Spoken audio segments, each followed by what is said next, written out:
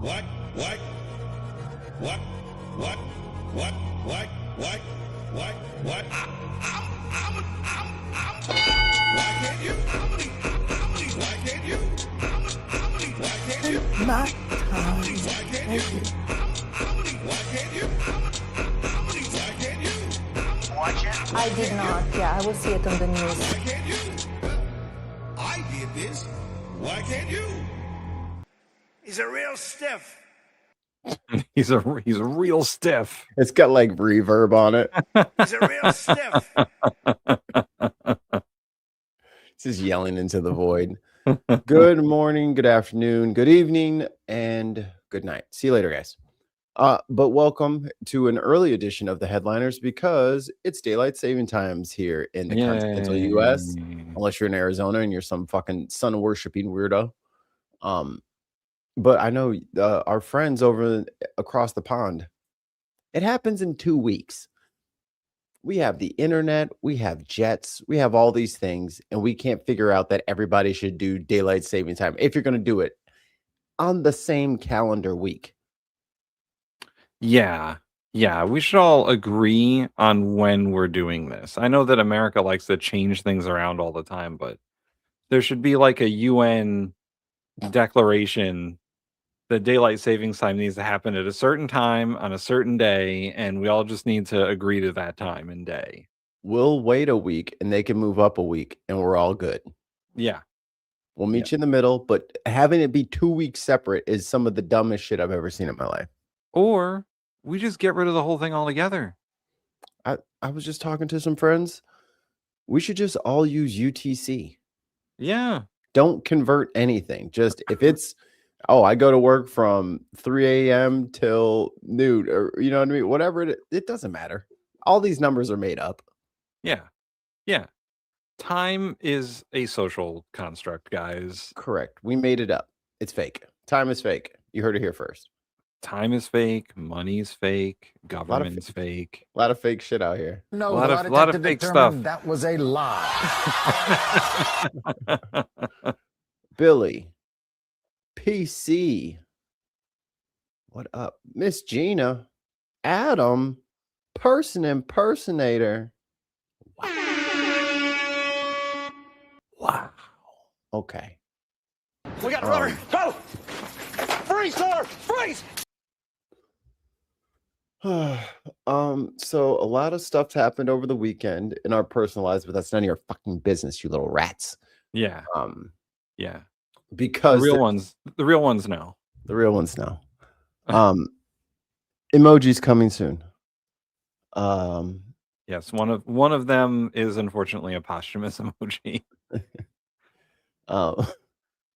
But we did not cover. I mean, I don't know why we didn't just, break out of kick the covers off in a cold swim. Like, oh my God, the conference of the Shields of the Americas is starting and I'm not even ready.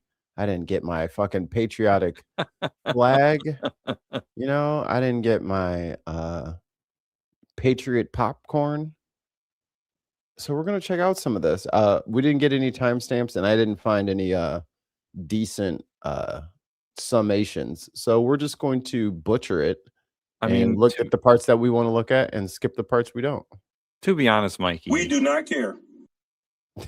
It's true. Oh, thanks, L. Hey, L.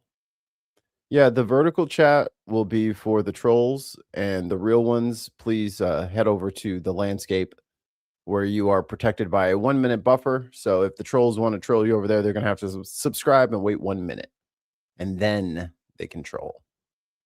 And then they can get banned. Yes. They have to wait a minute and then get banned. Ooh, what does this button do? There's no name on it. Ooh, baby. Oh, okay. I will rename that one. Ooh, baby.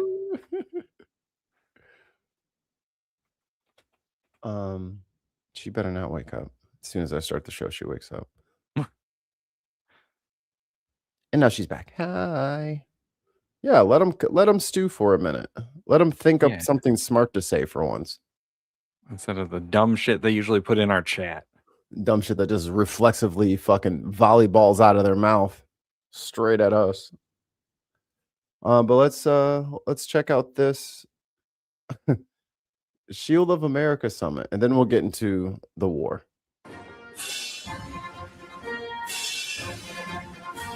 What the fuck? Y'all didn't even have the band there. You got a fucking iPod.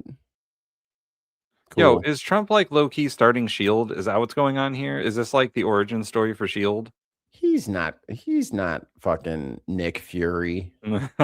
Well, no, he appoints Nick Fury. Like, not who's his Nick Carson. Fury? He's not. Is that Carson? Is that the guy from the Agents of Shield show? Coulson. Coulson, yeah. He's not Coulson. You know what I mean? Like, is Christy Gnome Nick Fury? Oh yeah, I'm Nick Fury there. Yeah. Fucking bitch. Ladies and gentlemen, the 45th and 47th President of the United States, Donald J. Trump. Yo, why do they have the fucking Michael Buffer guy? There's like 16 people besides the people who are like, Yeah, there's no press in this bitch. It's too small. it looks like they're in a Marriott conference room. They're at a Trump conference room. You should not be allowed to play that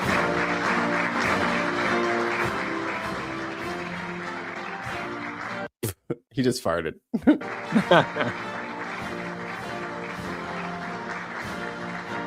Yeah, see, that's the whole room, guys, because right behind the people that are supposed to be there, there's like a 2 rows, 3 rows of reporters. Yeah. And that's it. They got like all the speaker systems that they could find.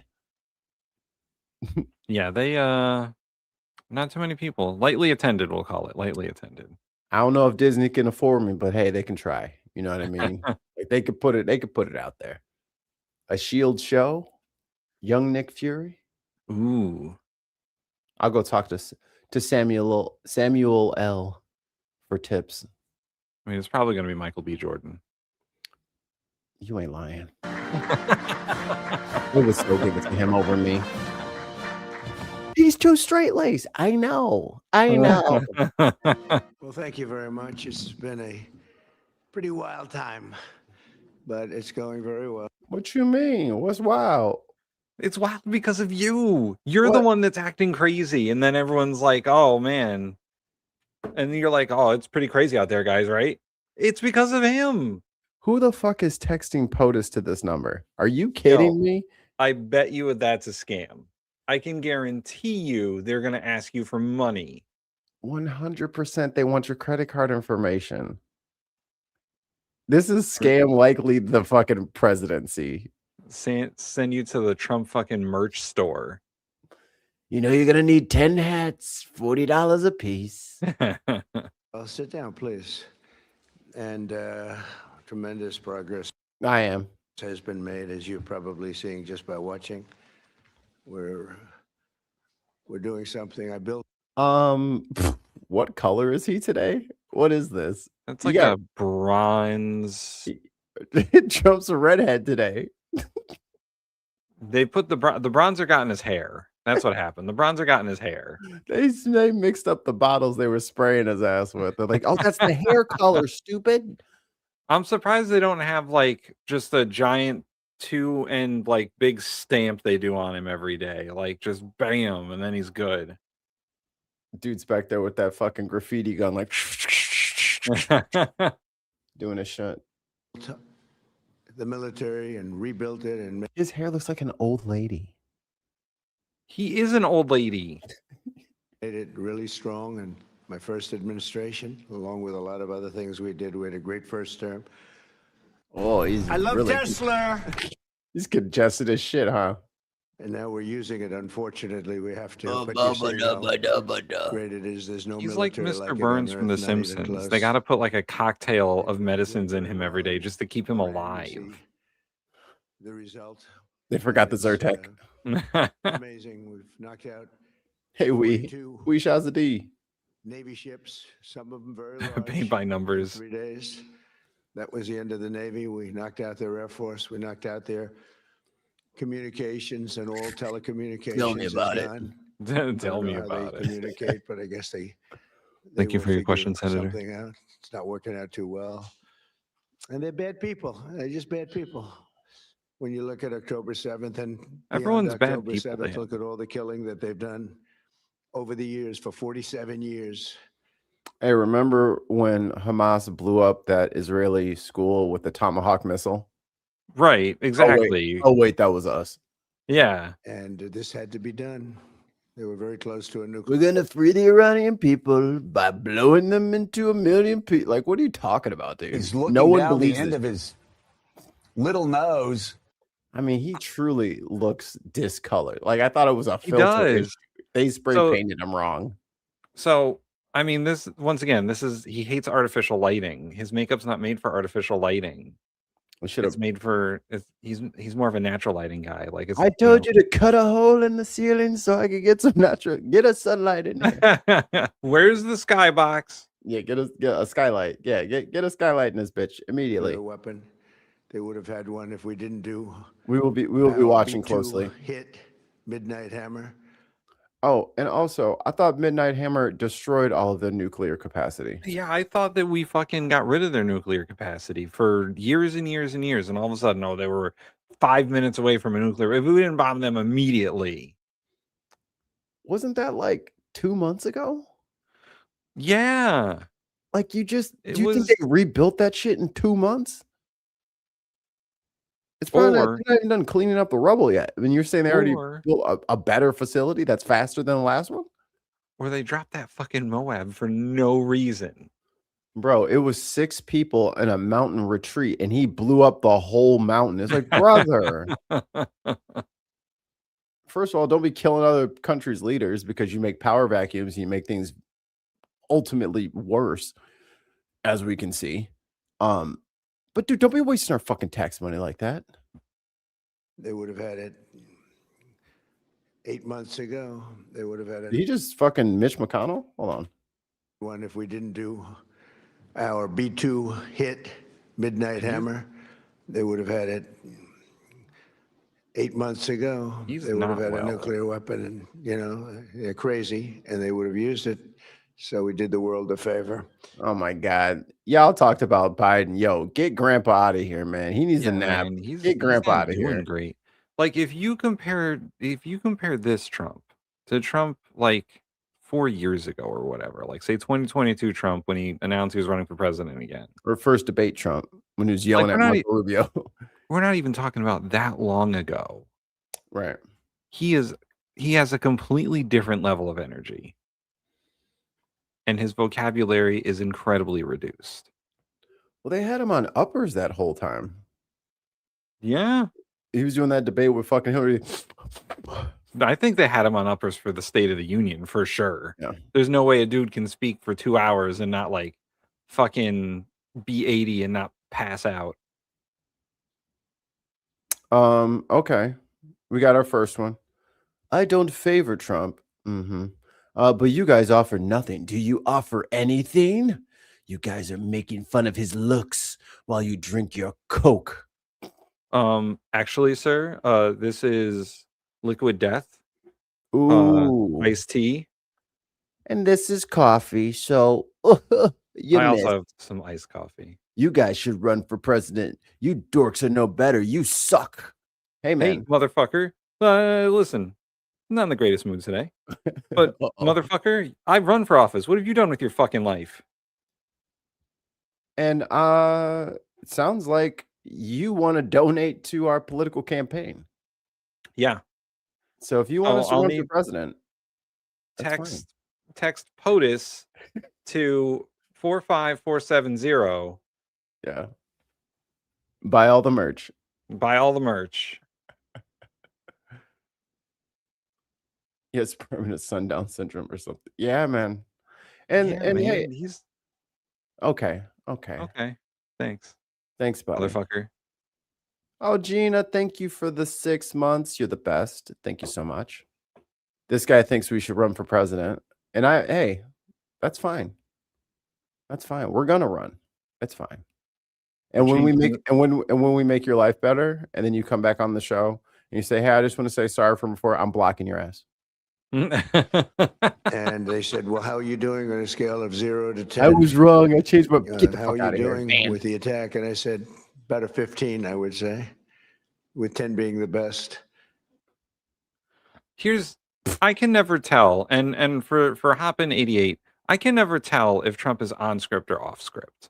I can never tell, like, when he's just ad-libbing. Is he always ad-libbing? Do they give him words? Can he read words? He's not a strong reader, which is why his speeches are usually written for him at like a 4th grade reading level. And it's a lot of big angry words. Oh, he's not against us. What are we about? Mikey, explain what we're about. We're about watching the greatest president that there's ever been give a speech about the shield of the Americas, which will protect us from the alien invasion, which is imminent. We're about a lot of shit. So why don't you just, watch for more than 30 seconds before you fucking start shit talking. And then maybe you would, understand what's going on. I apologize this time for coming in hot, but I don't apologize for future times. No, don't ever fucking apologize to this fucking guy. Are you fucking kidding me? Would you? I mean, let's flip the script. If me and you were just like fucking, watching somebody's live stream, will we hop in and fucking attack the host? And like, oh, and also, what is the show about? Like, what the? You should have probably asked questions first.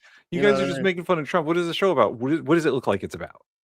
I mean, damn, bro, can we make fun of the fact that this motherfucker looks like Maud real quick before you fucking tone police us into, okay, we can only talk about serious things. God damn. Chill, man. The world still sucks whether or not we fucking make fun of him or not. Okay? Okay. He says he's not pro-Trump and he is listening. Okay. What incarnation is this shield? Well, we're about to find out, I think. But we're gonna figure out where Krusty the Clown went. it's something that had to be done, and we're doing it well. And I want to thank everybody involved. I'll be going right after this. I'll be leaving for Dover, very sad situation, to greet the families of the heroes coming Wearing a hat. home from Iran. Yeah. Okay. So I remember, I'm old enough to remember when Colin Kaepernick got blackballed out of the entire fucking NFL because they said he was disrespecting the flag, he was disrespecting the troops, and how dare him take a knee. Bro, you cannot wear a fucking ball cap when you are doing the dignified transfer. SG, go on the landscape mode. They are. That's the landscape. Okay. Okay, then stay there. Stay where you are. Yeah. The OGs are in the landscape, and then like the new people are in the portrait. Yeah. And if you're in the portrait and you want to talk to the cool regular people, come on over to the landscape. Coming home in a different manner than they thought they'd be coming home. But they're great heroes in our country, and we're going to keep it that way. There's always, when it comes to war, there's always that. Hi, SG. But we're going to keep it to a minimum, I think, Pete. And I going to don't be think Pete Hegseth has ever kept anything to a something, a minimum. service that we're really providing, not for the Middle East, but for the world. Consent. These were sick Blood alcohol people, levels? Very sick people. This morning, I'm honored to welcome distinguished heads of state from across the Western Hemisphere for the first Shield of the Americas Summit. And it's something very, very special. Marco's been working on it very hard, so have a lot of other people, because it's a very important place for us. It's nice to be home. It's very, very important. We go all over the world, 9,000 miles away, 12,000 miles away. I said, how long is this flight? Sir, this flight is 19 hours. I said, oh, that's great. I said, now I have flights that last for 2 hours. I like that better. Much better. Can we get to the But point on Donald this Trump? historic day, we come together dude. to announce a brand new military coalition Oh, there we go. to eradicate the criminal cartels plaguing our region. And you have a lot of it. And that is why he prosecuted that Honduran president, that fucko narco state criminal. He was definitely cartel affiliated. And that's why I'm glad he pardoned him of all crimes after he paid him. He was one was of the definitely one of those narco terrorists that Trump hates so much. It was an accidental pardon. He'd like sat on the pardon button. It's still there. So Space Force is still actually a real branch of our military. Yeah. It's just there's nothing for them to do.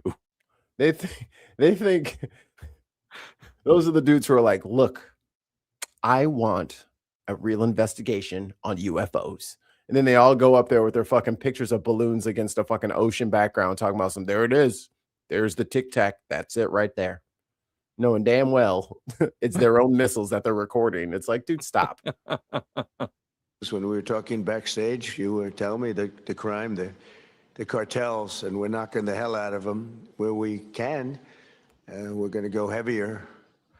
You saw what we were doing with the boats coming in. The boats, there's not a lot of people coming in by boats anymore. We knocked down drugs coming in by sea. There's not a lot of boats anymore. Through water is down 96%. We're trying to find out who the other 4% are, because I think they're the bravest people in the world. Either that or they don't watch television, right? They're either very brave.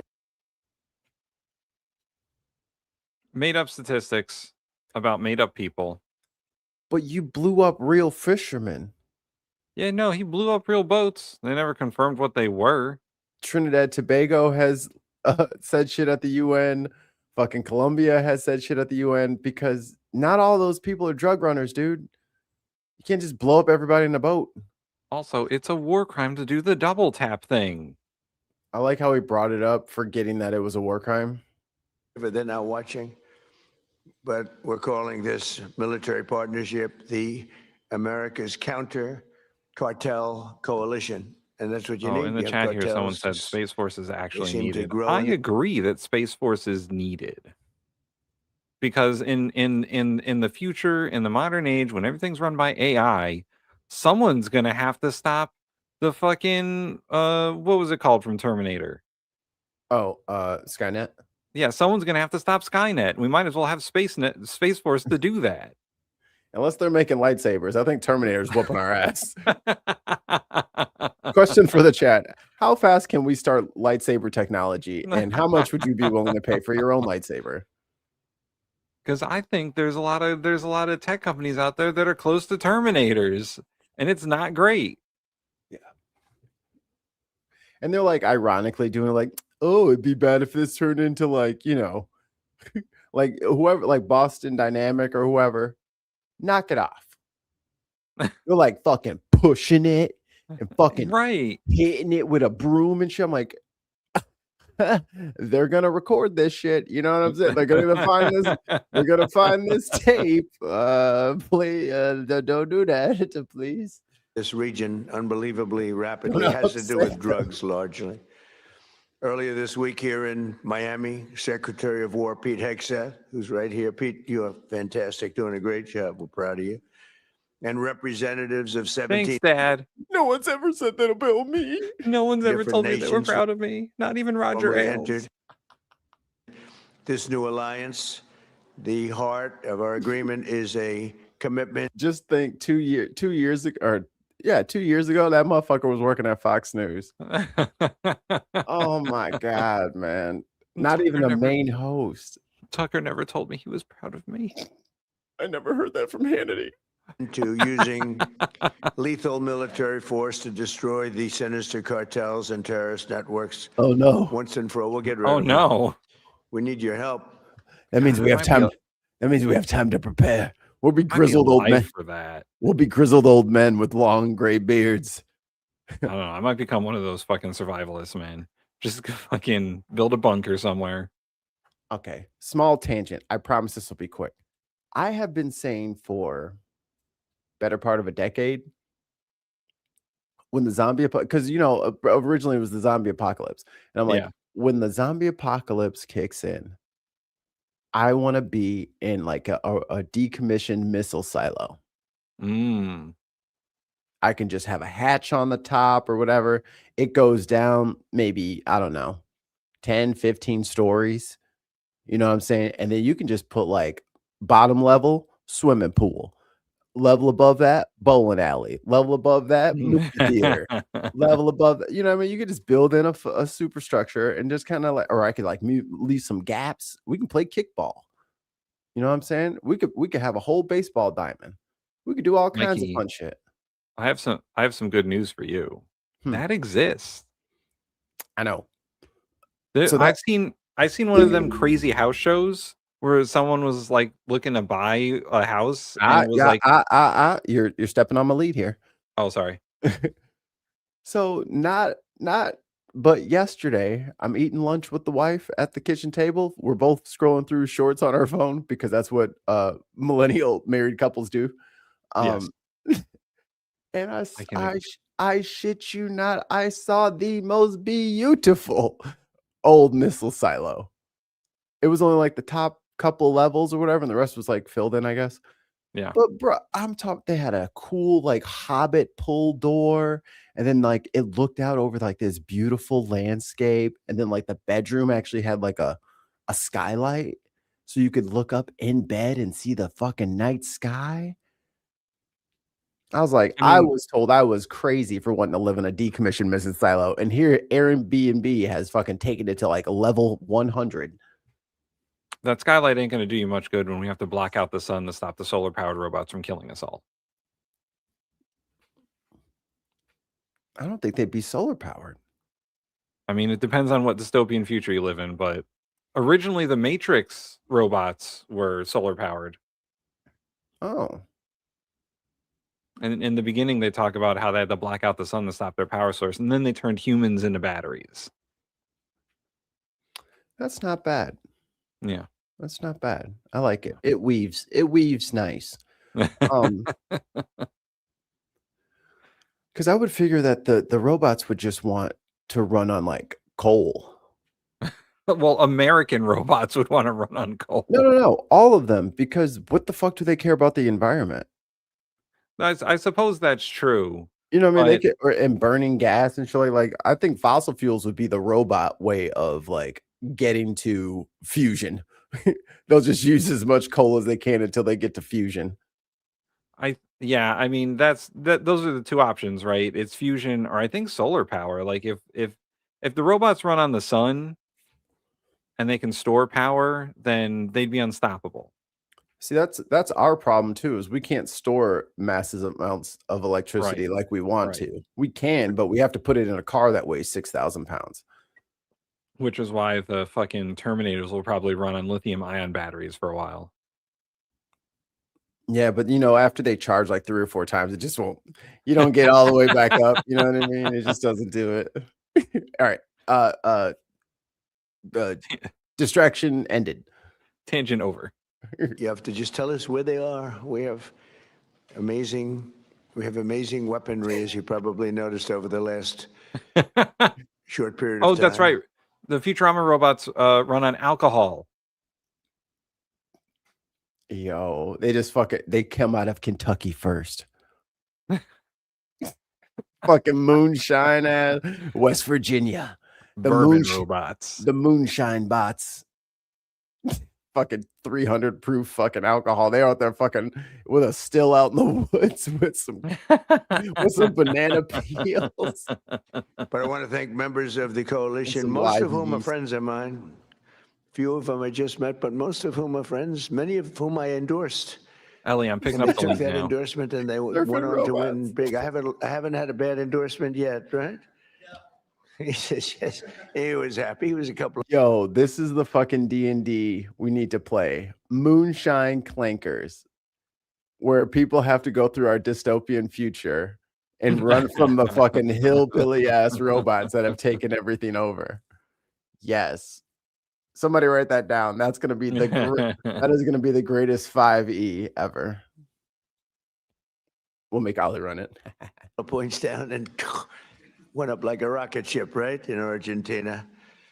But the president of Give us our fucking $40 billion back, you pieces of shit. Argentina is here, Javier Milei. Thank you very much. Javier, give me my fucking money, Javier. Thank you very Where's much my for money? being here. President of El Salvador, another friend, Naib Bukele. Oh boy, You some of can't these say names are outside of his wheelhouse.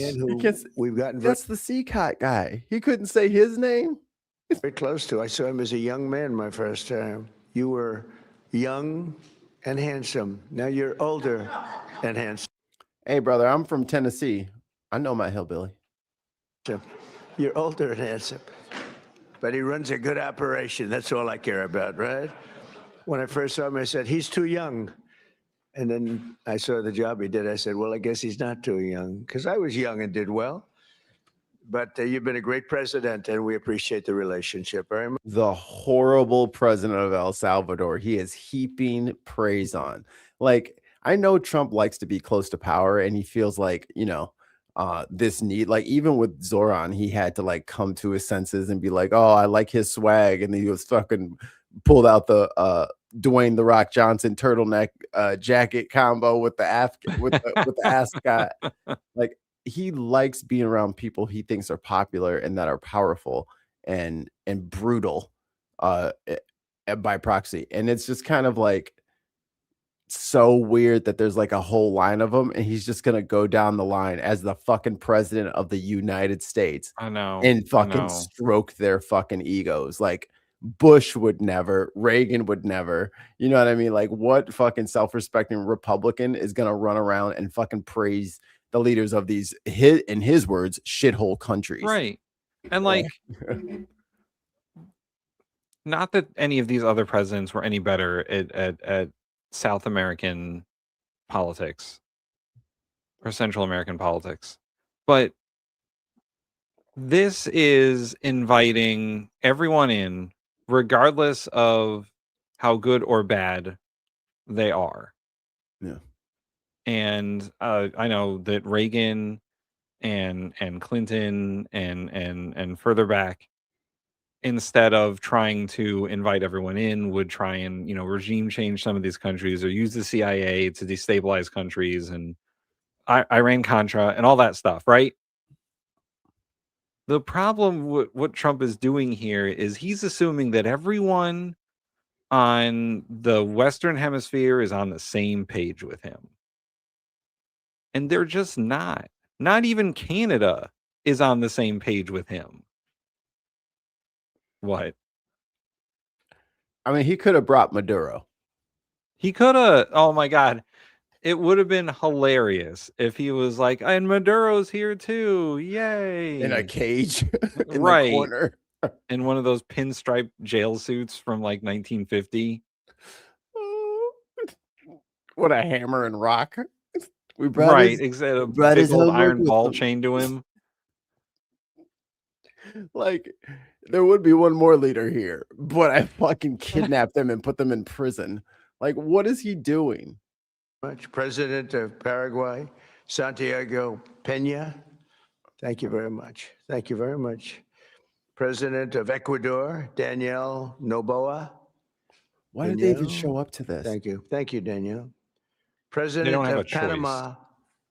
I love that canal. It's not yours, Jose, bro. I think he made the greatest deal in history. He bought it for $1. One of our brilliant presidents. I can't sleep over that deal. They gave it to him for $1. That's not what happened. That's not what happened at all. Who told them that? Who told them that? They picks up these little like folksy fucking sayings. You bought it for $1 back in, like, it's one of those things you tell tourists, like, right?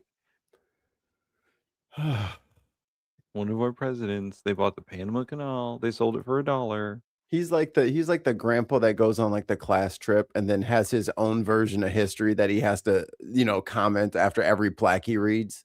He has his own version. It's like, that's not what really happened. Actually, it was only $1. Jose Raul. He does like Molino. literally do that, right? The Hall of the Presidents, he put his own little fucking things on. Exactly. He put his own like fucking Twitter comments underneath the fucking plaques on a wall. Because he's a maniac. Yeah. Whereas, you made one of the greatest real estate deals in history. Jimmy Carter, one of our great presidents. I do think they put his face stuff all over his body. Yeah. I think that's what that is. That looks like his face shit. Well, otherwise he would be a pale old dude with some bronzer on his face. He looked like a Oompa Loompa even more. President of Honduras, Tito Esfora. Thank you, Tito. Jesus. Thank you very much. Great to see you the other day. President of Guyana, Irfan Ali. Thank you. President of Bolivia, Rodrigo Paz. Thank you very much. I hate the way he reads. Great people. Yeah, it's so bad. Prime Minister of Trinidad and Tobago. And I have to be very careful with this because, you know, Oh my God. your first name is very similar to a first name that we have, but fortunately it's pronounced different. It's Kamala. Supposed to Kamala. Oh my I like Kamala God. better in many Get the ways. fuck out of here. And I just want to say thank you very much, but I had to be careful with that first name. I didn't want to get it mixed up because it would ruin your reputation completely. You know what the best part about almost making like a verbal mistake is going on for 45 seconds after well, before you even say the name, you preempt it with 15 seconds of bullshit, and then you wrap it up with 30 more seconds of bullshit. God, well, I just don't want to give her any attention while I talk about her endlessly. Fuck the hell off. Right? I said, is this the same pronunciation? No, sir, it's a little different. It's Cam, right? Cam, as opposed to Calm. We don't like Calm. Oh, President Mikey, of Costa Rica, Mikey, Rodrigo. Mikey. Damn it. Oh, Come on, it would be the perfect companion to. He'd come, maybe he'd come, maybe he wouldn't even come. I think. We don't like cum. Come. No, we don't like Calm. Cam, right? Cam, as opposed to Calm. We don't like Calm. President of Costa Rica, Rodrigo Chavez, as well as Yes, I the do. President-elect of Costa Rica, Laura Fernandez Delgado. So thank you very much. Thank you very much. And the President of the Dominican Republic, Luis Also, didn't you kill Trinidad and Tobago fishermen? Right. Abinader, and so many of my friends are in the Dominican, including the Sugar King, right? He is indeed the Sugar King. He got a lot of sugar. I don't know The if that's Sugar good. King? The worst cartel ever. Right. Even worse. Them and fucking what's with the bananas? Chiquita. Them and Chiquita are the real thugs in the region. Bad, but he's got a lot of it, right? But we're grateful to be joined as well by the President-elect of Chile, Jose Cast. Chile. Congratulations. It's an endorsement. Give you a little endorsement. President-elect of Chile's. I love when I give endorsements and people win. ribs. I loved them. But you know what? They don't lose.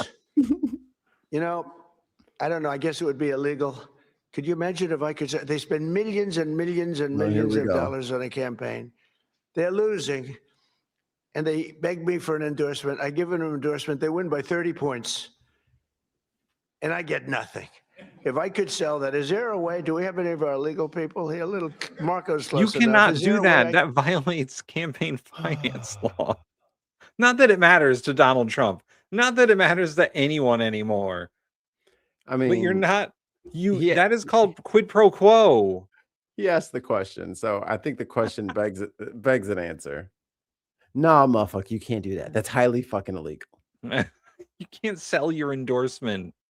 That's literally corruption. Can I corruption? Is You it know- legal for me to do a corruption, guys? Let me ask my legal team. Is corruption okay? Great, thanks. I'm going to do it.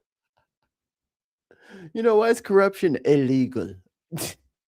Who made corruption illegal? Not me. get paid for I that, Marco? can't. I'd make a lot. They spend I'd put a ban on all the corruption law. millions of dollars. And I This is give it rape for service. I'm nothing. I grifting. could, No. even if I put it into the treasury of the United Always States, it would be grifting. pretty good, right, Marco? But the Marco's grifter saying it's not a president. good idea.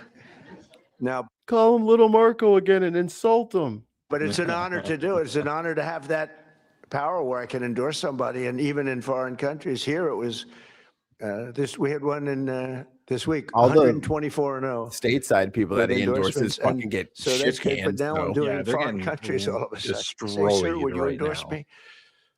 And it's an honor. If I like you, I only do it if I think So it brings up a good point. Common knows the difference between what is legal and illegal. You're right. you're good. You know, if I think you're not good, I've turned down many more than I've nepotist accepted. Believe con me. man. I want to thank Secretary of State Marco Rubio for his leadership in organizing this really important summit. He's fantastic. He's a fantastic Secretary of State. I don't even know what his job is. What do you do, Marco? Who I'm going to deport to Cuba any day now.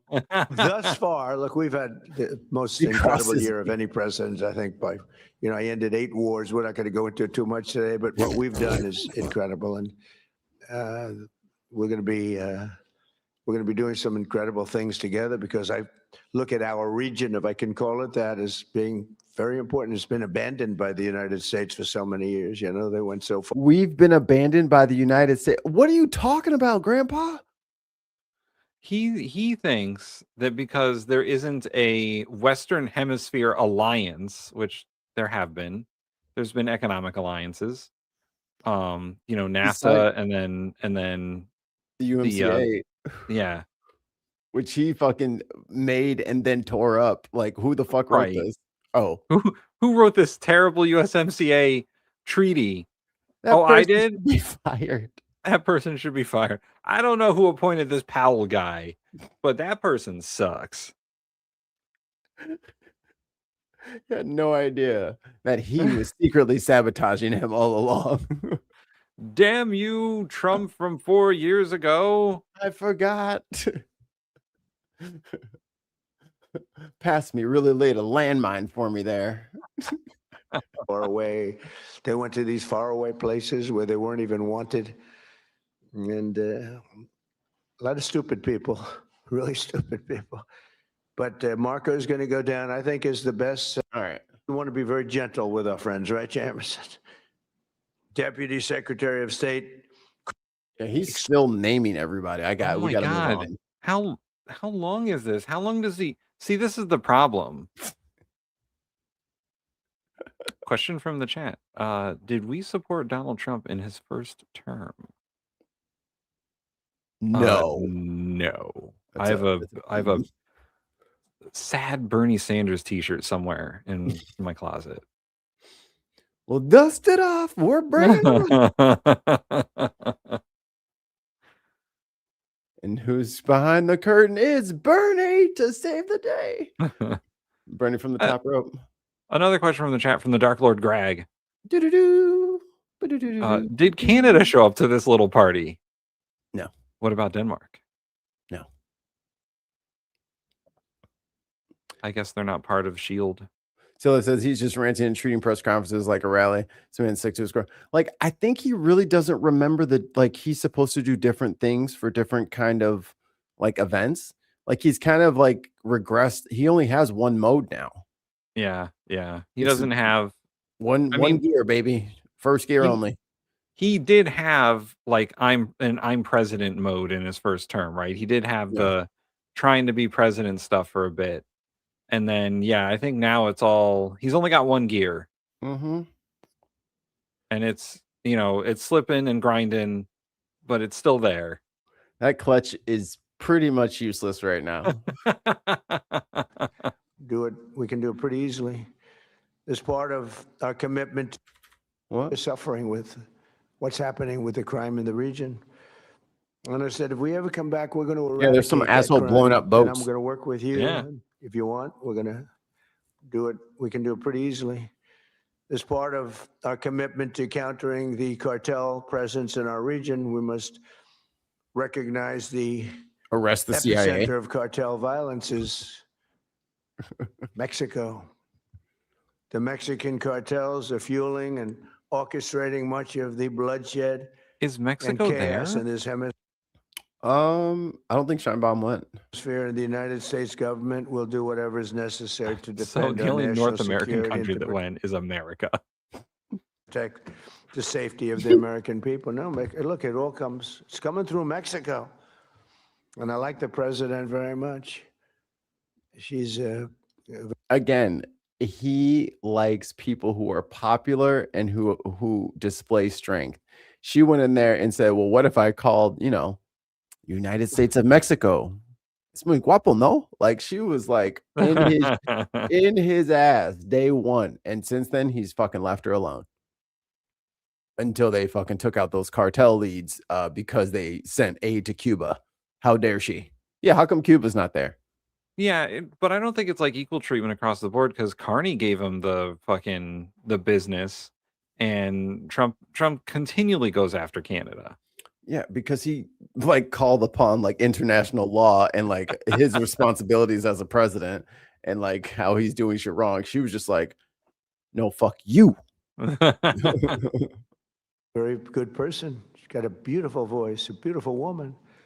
Oh, But beautiful oh voice. Lord, here we go again. President. I said, let me eradicate the cartels. No, please, President. We have to eradicate them. Get him the fuck out of here. Yo, they just leave him in front of mics. This is 40 minutes. There's no way he was supposed to be talking for 40 minutes. Look at this. We have to knock That shit don't even exist yet, bro. Yeah, it don't even exist yet. No one has received one yet. We talked about it already. Of course he's typing it. The Trump phone only comes in caps. You cannot lowercase anything. The only apps that come pre-installed are Truth Social and X. And it's all caps. It's all like large font too. Like it's zoomed in as fuck. Yeah. It's for old people. Is that why they write in caps so they can see? It's one of those simplified smartphones for old people because they need accessibility. It's got the little yelling at cloud statements in there, and you just pick them. Because they're getting worse. They're taking over that country. The cartels are running Mexico. We can't have. Did you tell Scheinbaum that? Yeah. Did you tell her that? To her Too face. Close to us. Too close to you. But everything comes in through Mexico, mostly. Why is Mexico the fucking scapegoat for this? But what if they're south of Mexico? Yeah, like what Everything if stuff happens south of Mexico? You know, like all the countries you named. All the people that are there from those countries. It's not coming through their southern border, like you big dumb shit. At the same time, all of us must Stephen Miller wrote this speech. That's what it was. I could tell. That's what the problem is. recommit to ensuring that law and order within our own nations, and that includes showing zero tolerance for the gang activity, tremendous gang activity. Oh, ICE in Venezuela. We've got that's in much better shape than it. Hey, ever where's has the been. Venezuelan? We've developed a great relationship in Venezuela. Occupied. The savages who murder and rape with impunity must be permanently removed from society. We must not allow our criminal justice systems to be corrupted so that they protect these criminals and animals at the expense of your people. And for some reason, all over the world, this is a region that has problems that other regions don't have. They have different problems, but they don't have this problem. The United States last year, we achieved the largest drop in murder rate in recorded history. We Bro is slurring his the words. lowest murder rate in 125 years. Hard to believe because I don't know. It's we allowed. And this is one of those times where like anti-violence campaigns across multiple blue cities finally start producing results. And of course, this asshole gets fucking elected. And he's like, I did that in just 2 years. I dropped it. I was like, yeah, of course you're gonna fucking claim credit for it. Of fucking course. God damn, whatever. Let him fucking, if he wants to claim it, fine. The streets are safer. It's fine. We've got a lot of them out, but we allowed through the Biden policies and Obama, who was another terrible president, by the way. He was Barack Hussein Obama, terrible president.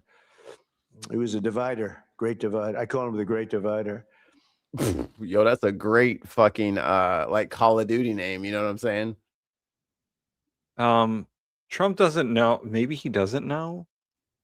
But there's a book that I've read that's called The Divider, and it's about Trump. It was written by a group of journalists who cataloged his first term, and the book is called The Divider. Are you asking if he's read a book in the last 10 years? In that book, his friends are quoted as saying they haven't seen him ever read a book. He had the B-sides of Adolf Hitler. Remember, it was on the nightstand. And they're like, "Is that Mein Kampf?" He's like, "No, everyone gets Mein Kampf. This is a rare collection of essays Oh, yeah. that only a few of them have. It's a historic. I just thumbed through it. And that was what 1991 when he said that Yeah. shit. Yeah, back in the 90s. But I tell people he has a history of Nazi loving, and then they say, "Why do you always use extremist words? Why are you so crazy?" It's like, that's literally a quote. So I don't know why you're mad at me. He's got a book of Hitler speeches that someone gave him, and he wasn't like, "Why the fuck did you give this to me?" He didn't throw it away. Like, But they allowed a lot of people into our country that shouldn't be here, but in particular Biden, because Biden had no idea what he was doing. He had, those people are from the countries that are the fucking representatives in front of you.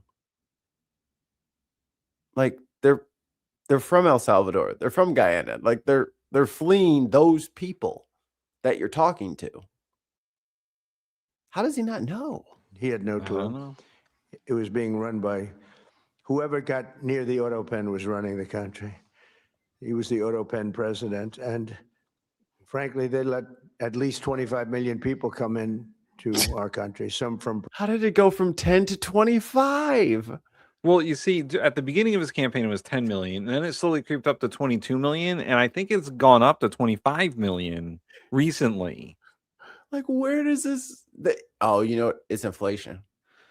Yeah, Inflation. it's 3%, Prisons, man, 3%. from mental institutions, gang members. Oh my god! Because he doesn't understand what asylum seeker means. He thinks it means they're seeking a new mental asylum. Yeah, he's really obsessed with like everyone's been released from all the mental. Dude, that happened a long time ago. Like the big insane asylums and mental institutions, they're gone. I have to find where it was in his campaign speech and put it on the soundboard. But he says, they're what is it? He's like, they're coming here trying to get into our asylums. Our people need those, or something like that. I gotta go find. He physically can't think hard enough to understand that he's saying it wrong. Like, it means they're seeking asylum from persecution. They're not leaving an asylum. He thinks that they're straight up trying to fill up our asylums one by one until there's no space for our crazy people. He doesn't know that words have more than one definition. Right. He's stuck on one definition of those words. Like, I don't think he could tell the difference between little d democracy and like big D Democrats. That's a stumper. Yeah. That's or like right there. Little L liberal, as in like liberal societies, and liberals, the political ideology. Like, he doesn't know the difference. And to be honest, a lot of people don't. But he's the president. He should know. He should know that at least that much. The heads of gangs, the mentally insane. I'll tell you, people came in from mental institutions and insane asylums, and we took them. We had an open border policy. It's a policy divided and devised by idiots, but they poured into our country. So we went from the worst border in history to by far the best border. We have the best, strongest border that we've ever had. We have great people that did that job by securing our border and cracking down on traffickers and smugglers. We've reduced the Honduran fentanyl pouring across our border by 67%. How do you know that? This is in our first year, give me a little more time, we'll do better. 67%, which is a number that's unthinkable. They say if you could do 2%, 1%, but we got it down 67%. And we got a lot of the murderers out. We had 11,888 murderers too. allowed Obama in has our country deported more people with this ridiculous open border policy that these eggheads put in. And you know what's crazy? He didn't have to hire fucking Krusty the Clown to fucking fill her goddamn pocketbook. Jesus Christ. Her and her little fucking friends. All of them, dude, they have been fucking pumping that money into their own accounts. Yeah. All Obama had to do, and every president before him had to do ever, was go to prisons and be like, hey, do you have any criminals in here who are also undocumented? And have they served when they serve their time, just give them to us and we'll deport them. Like, that's all they had to do ever. It's that easy. But we're also working closely with you on ending human smuggling and the It's okay, implementing Diz. of We the understand. Safe Third Country I understand. Have a good agreements, day. which are very important. In January, America's armed forces also ended the reign of one of the biggest cartel kingpins of all, with the Operation Absolute Resolve to bring outlaw dictator Nicolas Maduro to justice. If you're wondering why he's not in a here, precision raid Right. that nobody's ever seen anything like it. This was in a very powerful military base fort.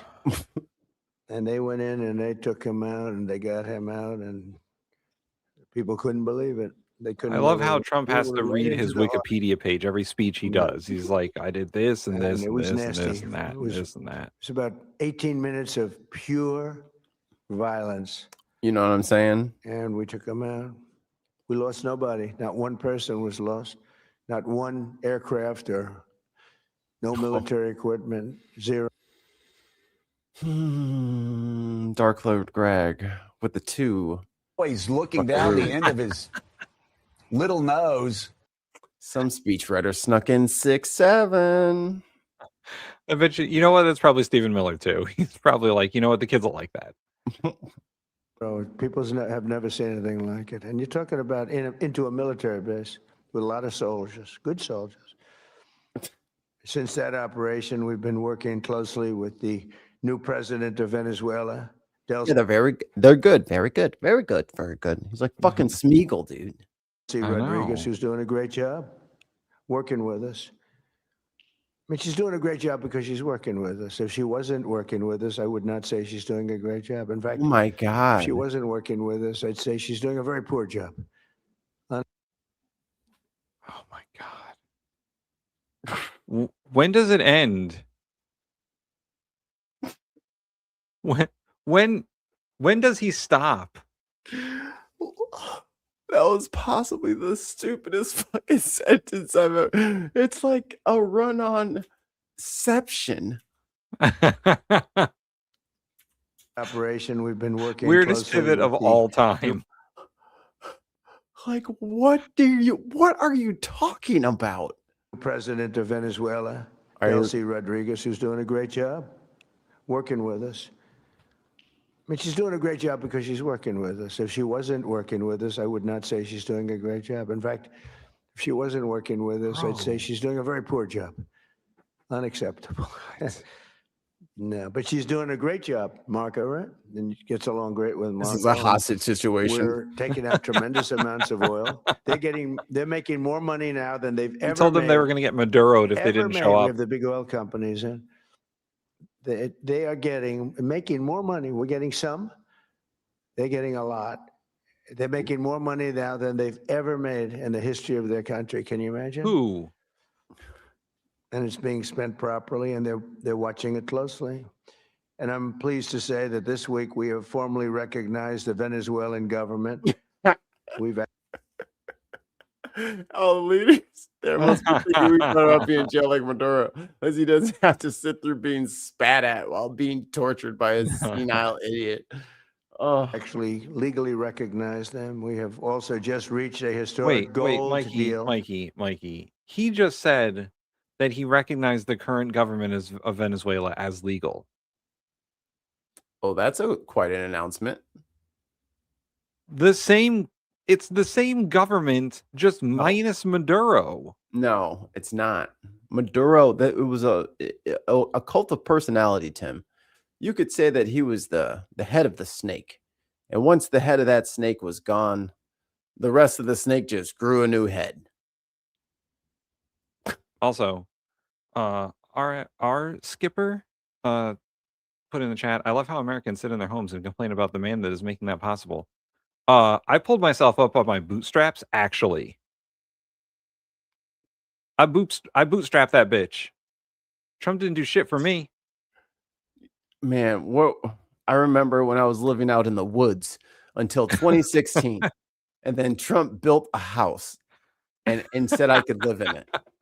And then he became remember- president right after. It was I remember an incredible time. when Trump chopped down the trees Yeah. that made the frame of my house. Oh, he was in the forge, making nails and screws and pounding his fist against the rocks to make concrete. So that, what are you talking about, dude? This motherfucker has literally been on camera within like the last 6 weeks talking about I want the housing prices to go up. I want people to feel rich for the first time who already have a house. He's literally trying to make it so less people have homes. So Also, this person is also acting like before Trump, America didn't exist. he is the alpha and the omega. I know, like, all right, so Trump created the earth in 7 days or 6 days or whatever. And on the seventh day he rested. Is that what we're going by? Is that what's going on here? Did he just 8 years ago just fucking popped into existence? And so did all of we? There was nothing before that at all? No freedom in America before 2017. I knew something changed. It's called the gold deal with Venezuela to allow our two countries to work together to facilitate the sale of Venezuelan gold and other minerals. They have great amounts of gold. They have good land. Jesus. Very good land. But they weren't able to take advantage. The system didn't allow them to take advantage of the value of their land. As we achieve a historic transformation in Venezuela, we're also looking forward to the great change that will soon be coming to Cuba. Cuba's at the end of the line. The They're very great much at the change end of the that will soon line. be coming to Cuba. They have no money. They have no oil. They have a bad philosophy. See, and the other guy was fucking yelling at us. Other people noticed it too. See, I forget who it was, but whoever you were earlier who fucking gave it, are you just gonna fucking make fun of them? No, this shit is noticeable if you're not a fucking blind follower of the Maybe passion his of hair Trump. is so thin that like the orange went to his scalp and like it's just reflecting like a polar bear's fur. Yeah, like maybe because like he's older, his hair is thin, like so if it's real. And they sprayed his scalp with the same orange stuff, so it just looks like his hair is orange, but it's really his scalp. His scalp is orange, and then they put that over it, and it's like a prism. They have a bad regime that's been bad for a long time. And they used to get the money from Venezuela. They get the oil from Venezuela. But they don't have any money from Venezuela. They don't have any oil. They don't have anything from... People can't even... They land in Cuba. They can't get gasoline to fly out. They have to leave their planes behind. And Mikey, they want to it's time negotiate. for the annual announcements.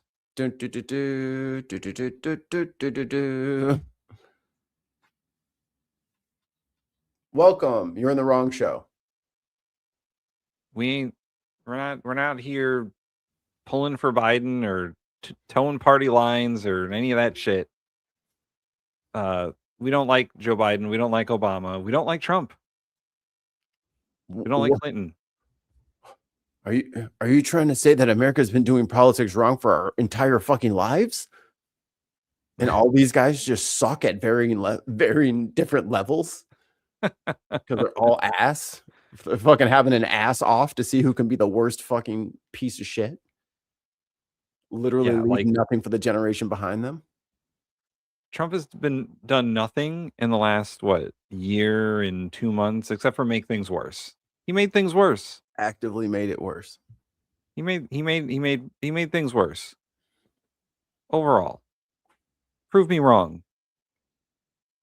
They are negotiating with Marco and myself and some others. As a famous man once said, prove me And, wrong. I would think a deal would be made very easily with Cuba. But for 50 years, I've been hearing, as a little boy, I've been hearing about Cuba. Yep.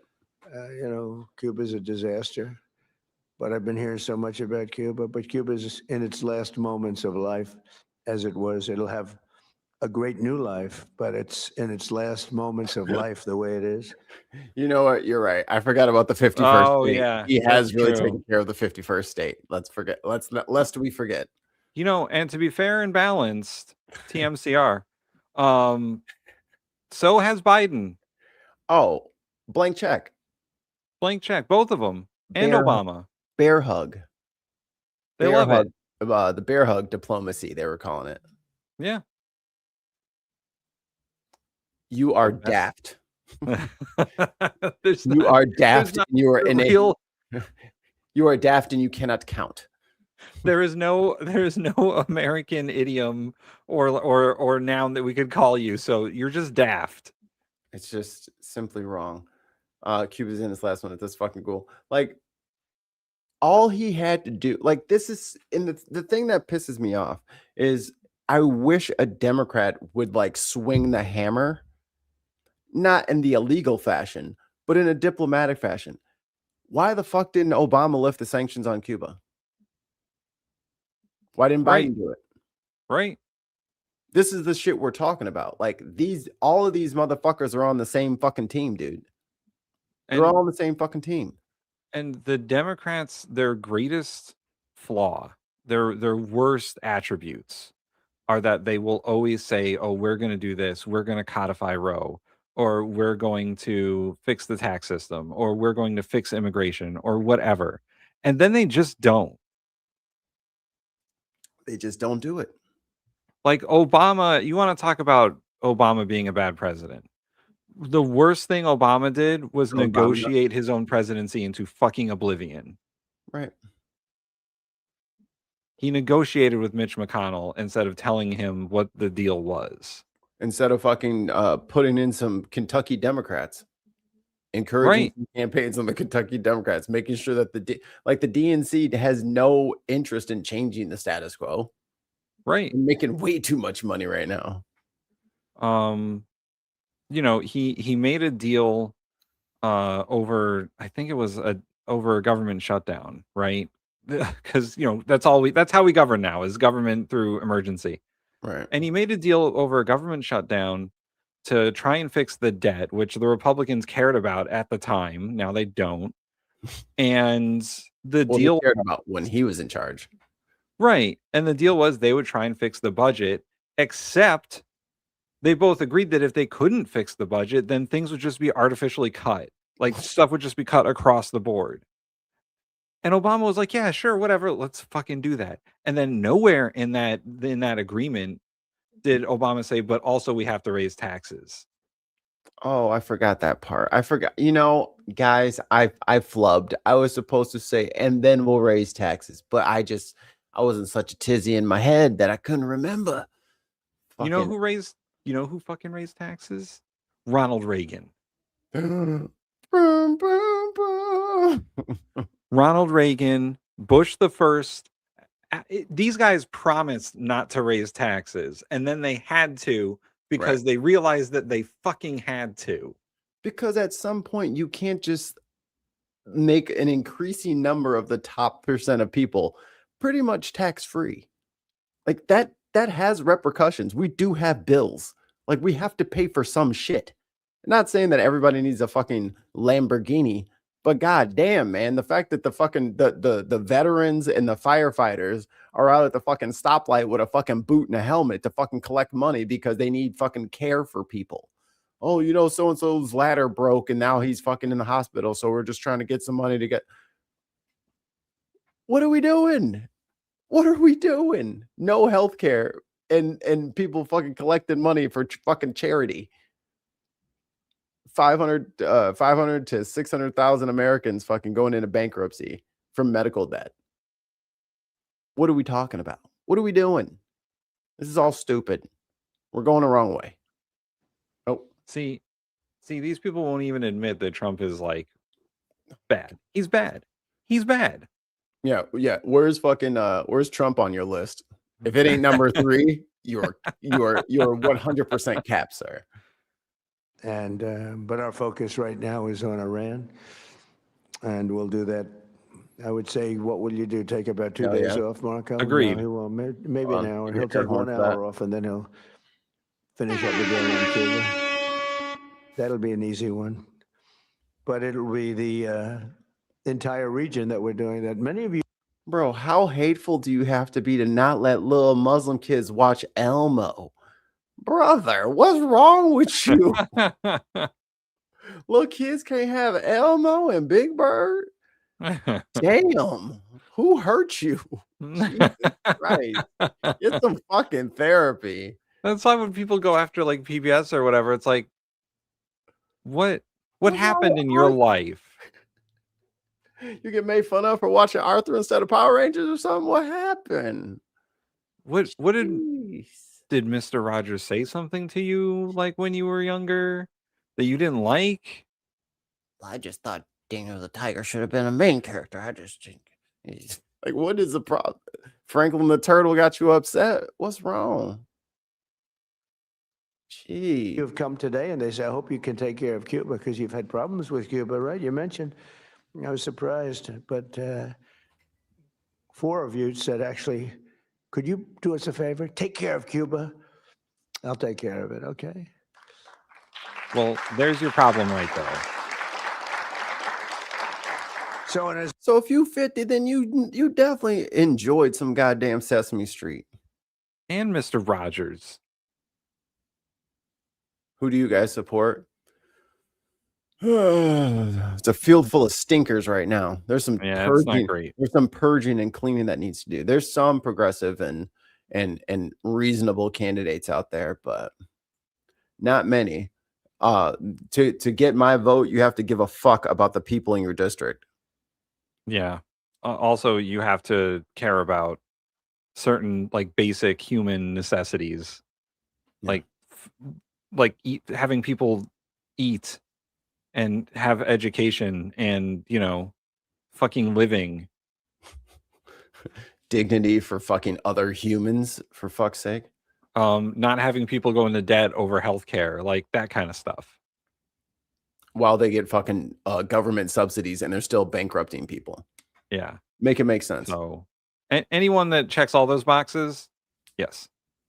The show will get behind them. these situations in Venezuela and Cuba should make clear under our new doctrine, and it is a doctrine, we will not allow hostile foreign influence to gain a foothold in this hemisphere. That includes the Panama Canal, which we talked about. We're not going to allow it. And together we'll protect our sovereignty, our security, and our... I don't think Trump's a baby boomer. I think he's before baby boomers, isn't he? If he's 80, he's a baby boomer. He's like on the edge. Okay. cherish freedom and independence. And just in finishing up. And see this, like shit like this, like help the helpless, don't enable the lazy. No, how about, dude, it is fucking blatant. If you take not even a fine tooth comb, look through just like local shit, like your town ordinances and shit like that. I guarantee you there's some legacy shit in there from some bogus ass, weird, make an exception for a friend under the table deal that just kind of got glazed over and it's just always been there. And these people abuse the system. Like that kind of shit is everywhere. The system is broken. Like I'm done trying to shit on poor people and mock poor people when this is the richest country that ever was, and we're the only motherfuckers that have to pay for our healthcare. I mean, here's the problem with all that. What do you mean by lazy? Do you mean people who don't have jobs? Right. Because ain't their fault. Have you seen the fucking job market out there? And the cost of living. And the cost of, have you been out there? It ain't great. It ain't great if you make money. Right. Because fucking AI is replacing all these people and all these companies are fucking firing people and replacing them with AI. There's a million less jobs in the job market than there were last year. And I'm not even talking about people being fired. I'm just talking about companies not hiring people. Because of this fucking AI circle jerk that these fucking companies are doing right now. And I'm glad that you get job offers or whatever. That's good for you. you're not indicative of the entire country. Everybody is not getting job offers every day, and most people have jobs, but it doesn't cover shit. The wages have not kept up with the cost of living. So people are working multiple jobs and doing Uber Eats on the side. And everyone's sick, and their mental health is ass. And then that's no way to sustain a system that just makes Amazon richer, just makes Elon richer. Like, I mean, if that's the way our shit is set up, then it needs to be reorganized, because it's doing nothing for the people. And it's the whole system. If you look at it like bottom up, the whole system is designed to give tax breaks to companies on the backs of the taxpayers. Right. Local, state, federal, it doesn't matter. All right. Your town will give Amazon a tax break for 10 years if they fucking build a warehouse where it's just going to be mostly robots. Yeah. They'll hire like maybe 100 people in the local area or from wherever, but it's all going to be fucking robots running the warehouse, right? So they're not providing any real jobs or infrastructure. And even the distribution centers, like, because Amazon makes so much money marking shit up, they can outpace all of the small businesses. Yeah. So it's just like how Walmart used to do. Walmart used to show up in a small town. Every other business was shut down because they didn't have workers, because they couldn't compete with the Walmart money, because they're using their profits from their LA stores, Chicago stores. So you're middle of the nowhere Oklahoma place. How are you supposed to keep up with someone who has business ventures all over the country? You can't. And that's what Amazon's doing. They're able to overpay. Well, not overpay, but they're able to pay more than all of the local people and snatch up. It's like a vacuum. They just take everybody. Yeah. And a $2 super chat from Tez. Scrolling. Boring, Huey. Job search websites do not count as job offers. Don't I know that? Man, my phone is always ringing from like the last guy who had my number. Oh my God. What did he sign up for? The 200 jobs that I've applied for that I am more than qualified. They're like, go out there and get a degree. I got a degree. Go out there and get another degree. I got another degree. They're all on the fucking wall behind me. And they're like, oh, by the way, your degrees are worth fucking nothing.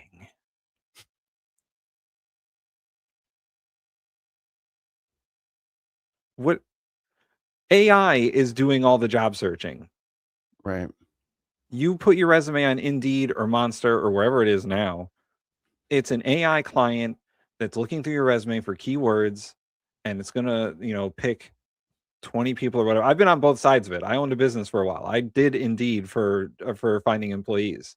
It'll give you like, here's 20 people, the 20 best people that applied. And then the AI will also filter out more people until you're down to like 2. You only have to interview 2 people, and then bam, you have your way overqualified person for minimum wage. Don says most Walmart workers are on food stamps. That's now that's been taken away by these for the rich tax. Like, we need to go. I think you have it. The Mike Flood. We don't have unlimited money. We don't have unlimited money in this country. Yeah. And we should have gotten the other one. He was like, you want universal health care in this country? And everyone's like, yeah. And he's like, well, it's not going to work that way.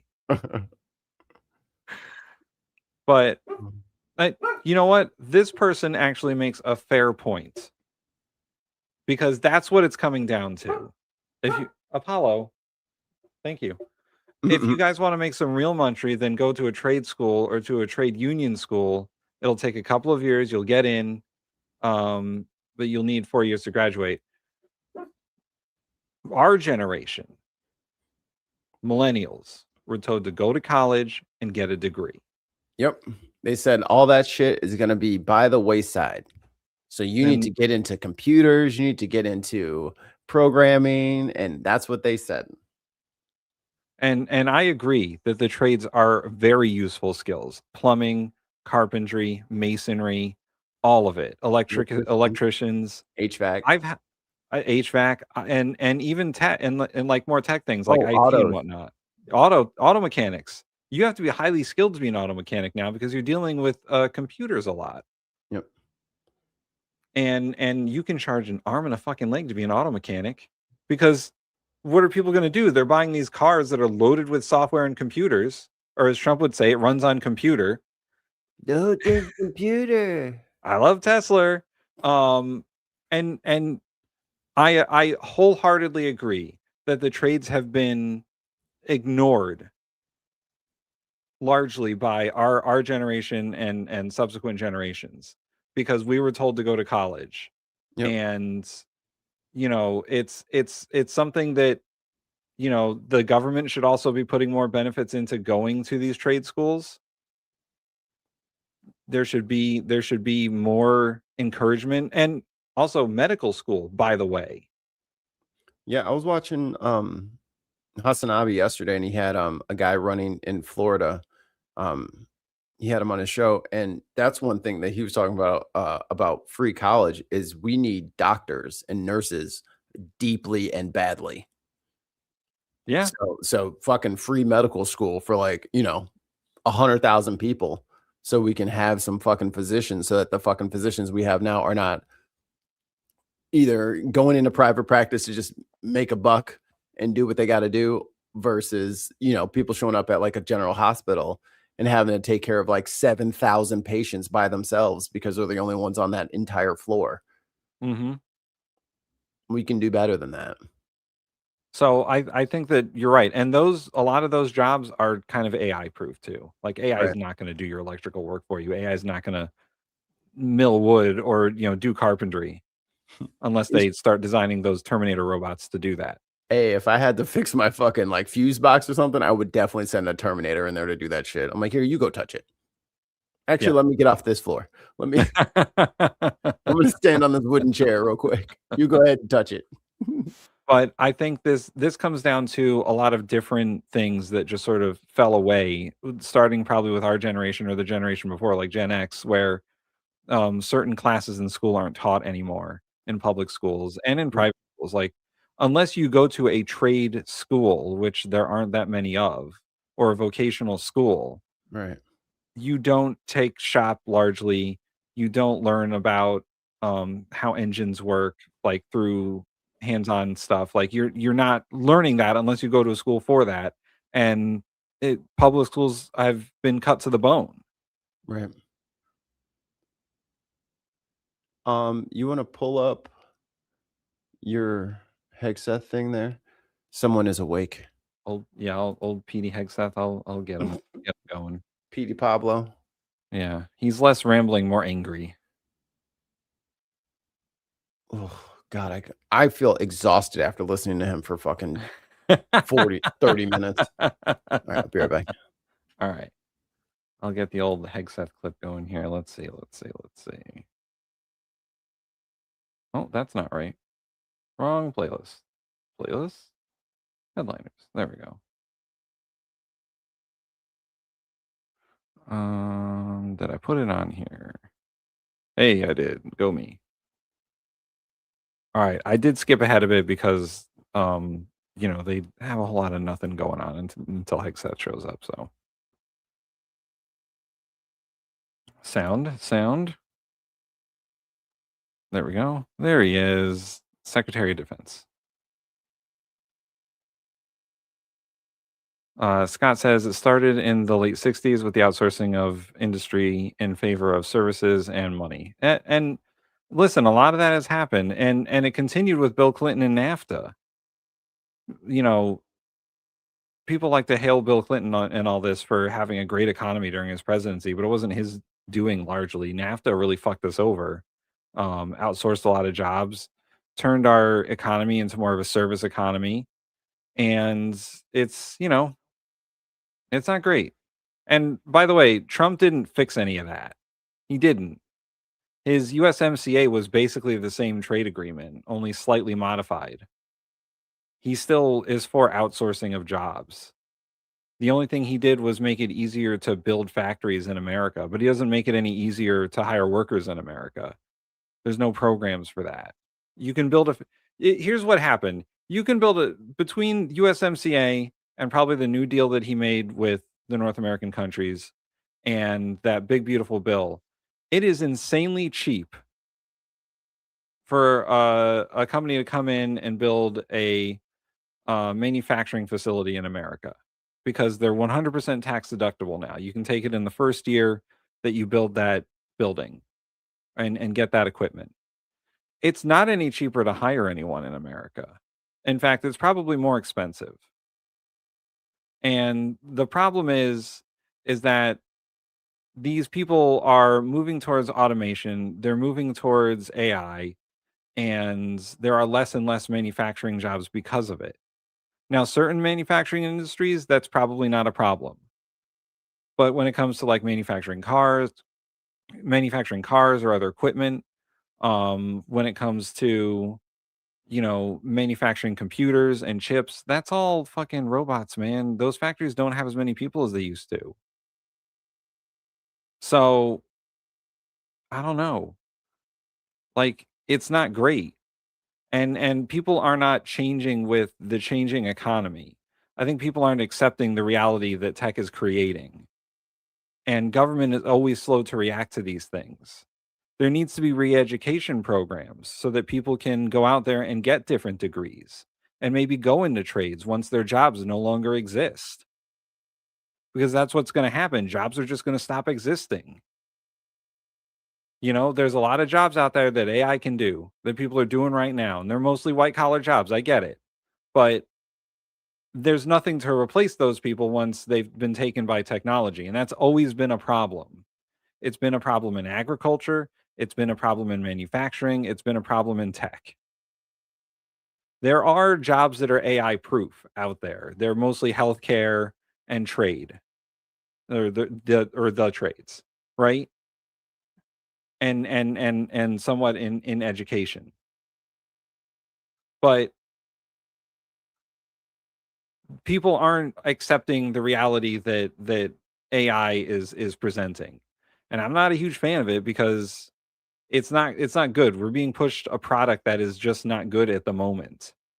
It is improving, and it's also fucking with a lot of things.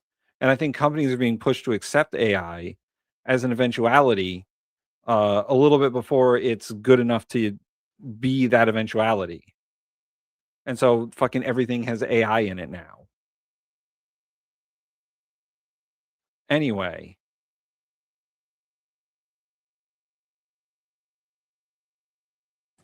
Thousands of my American brothers. Let's that go back race a little bit to when he shows up. There we go. Pete Hegseth.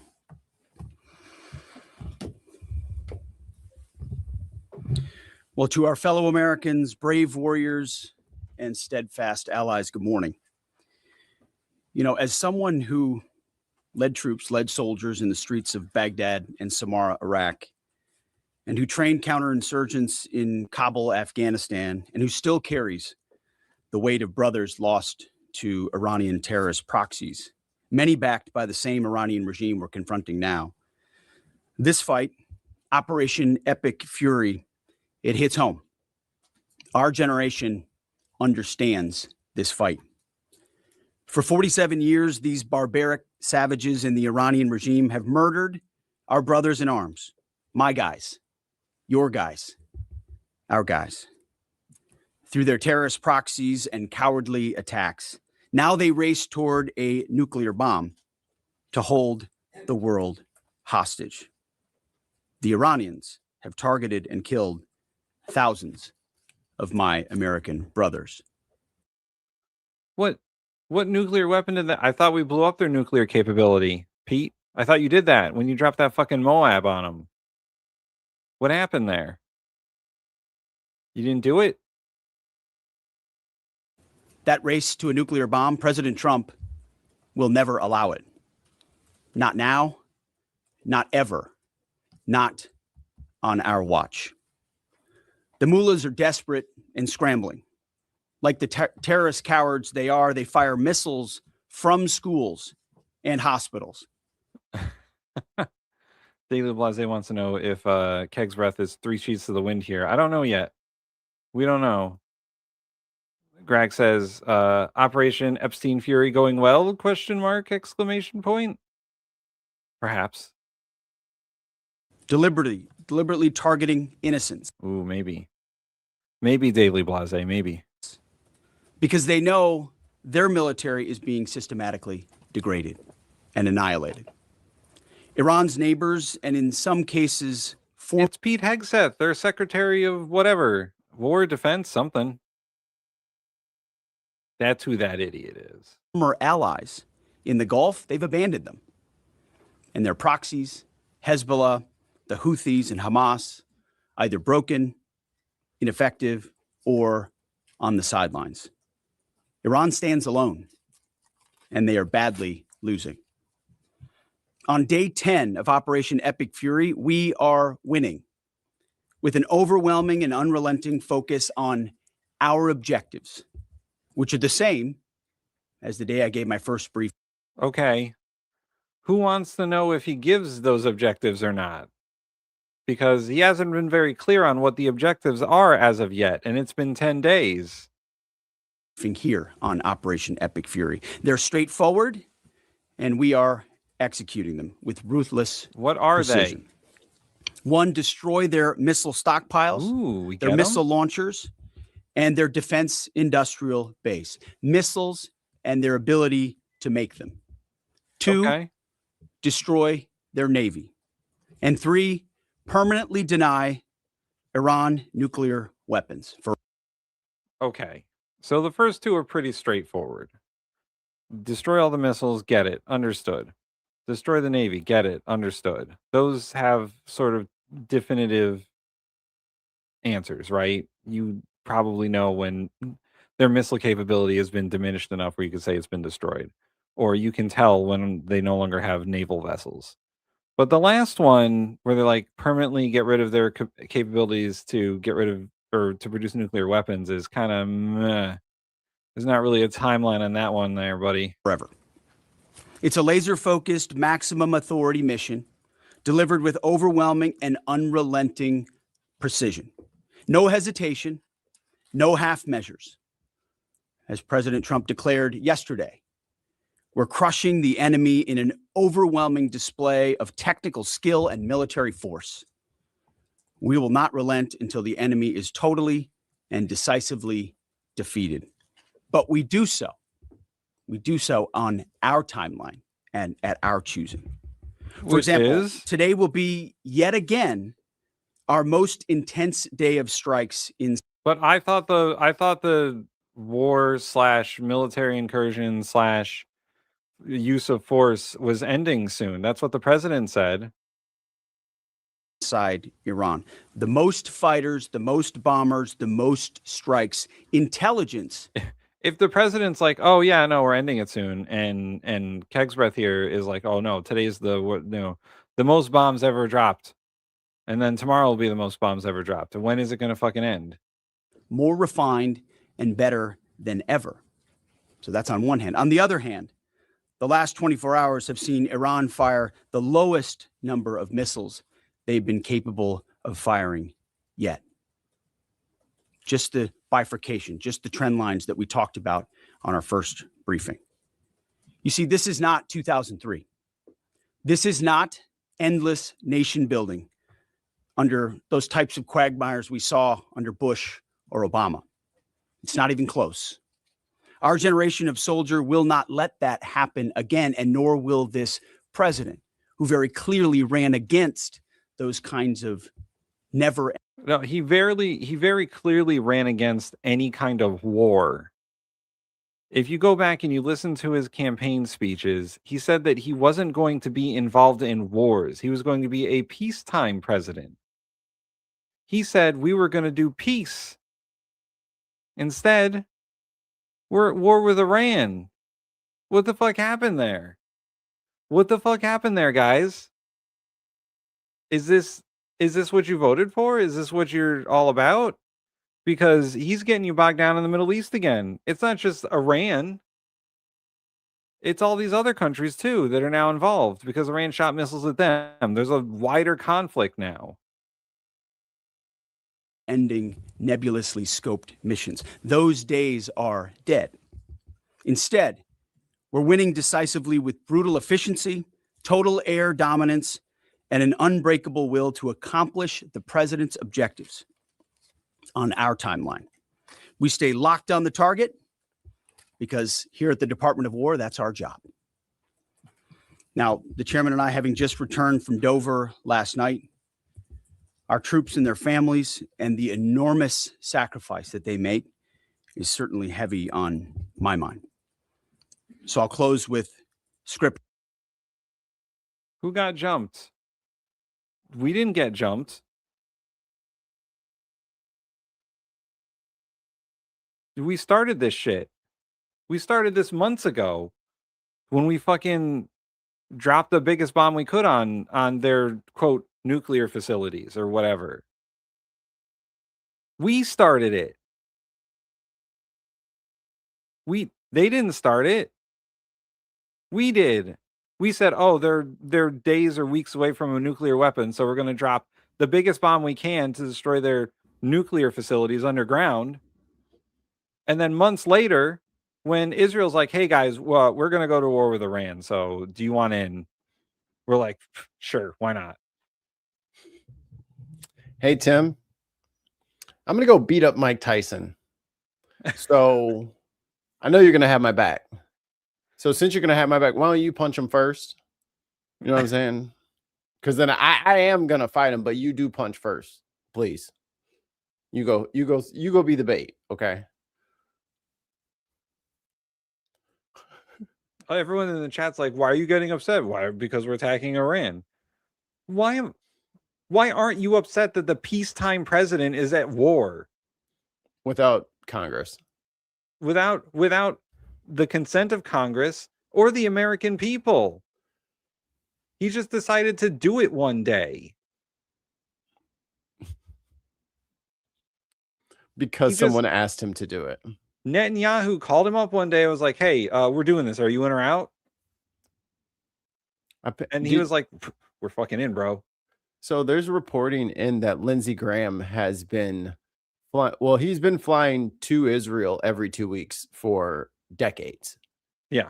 And apparently he's the one who's been coaching Netanyahu on how to get to Trump. So good job, Lindsey Graham. You got what you wanted. Is it everything you dreamed it would be? Is it everything you dreamed it would be? He doesn't even care.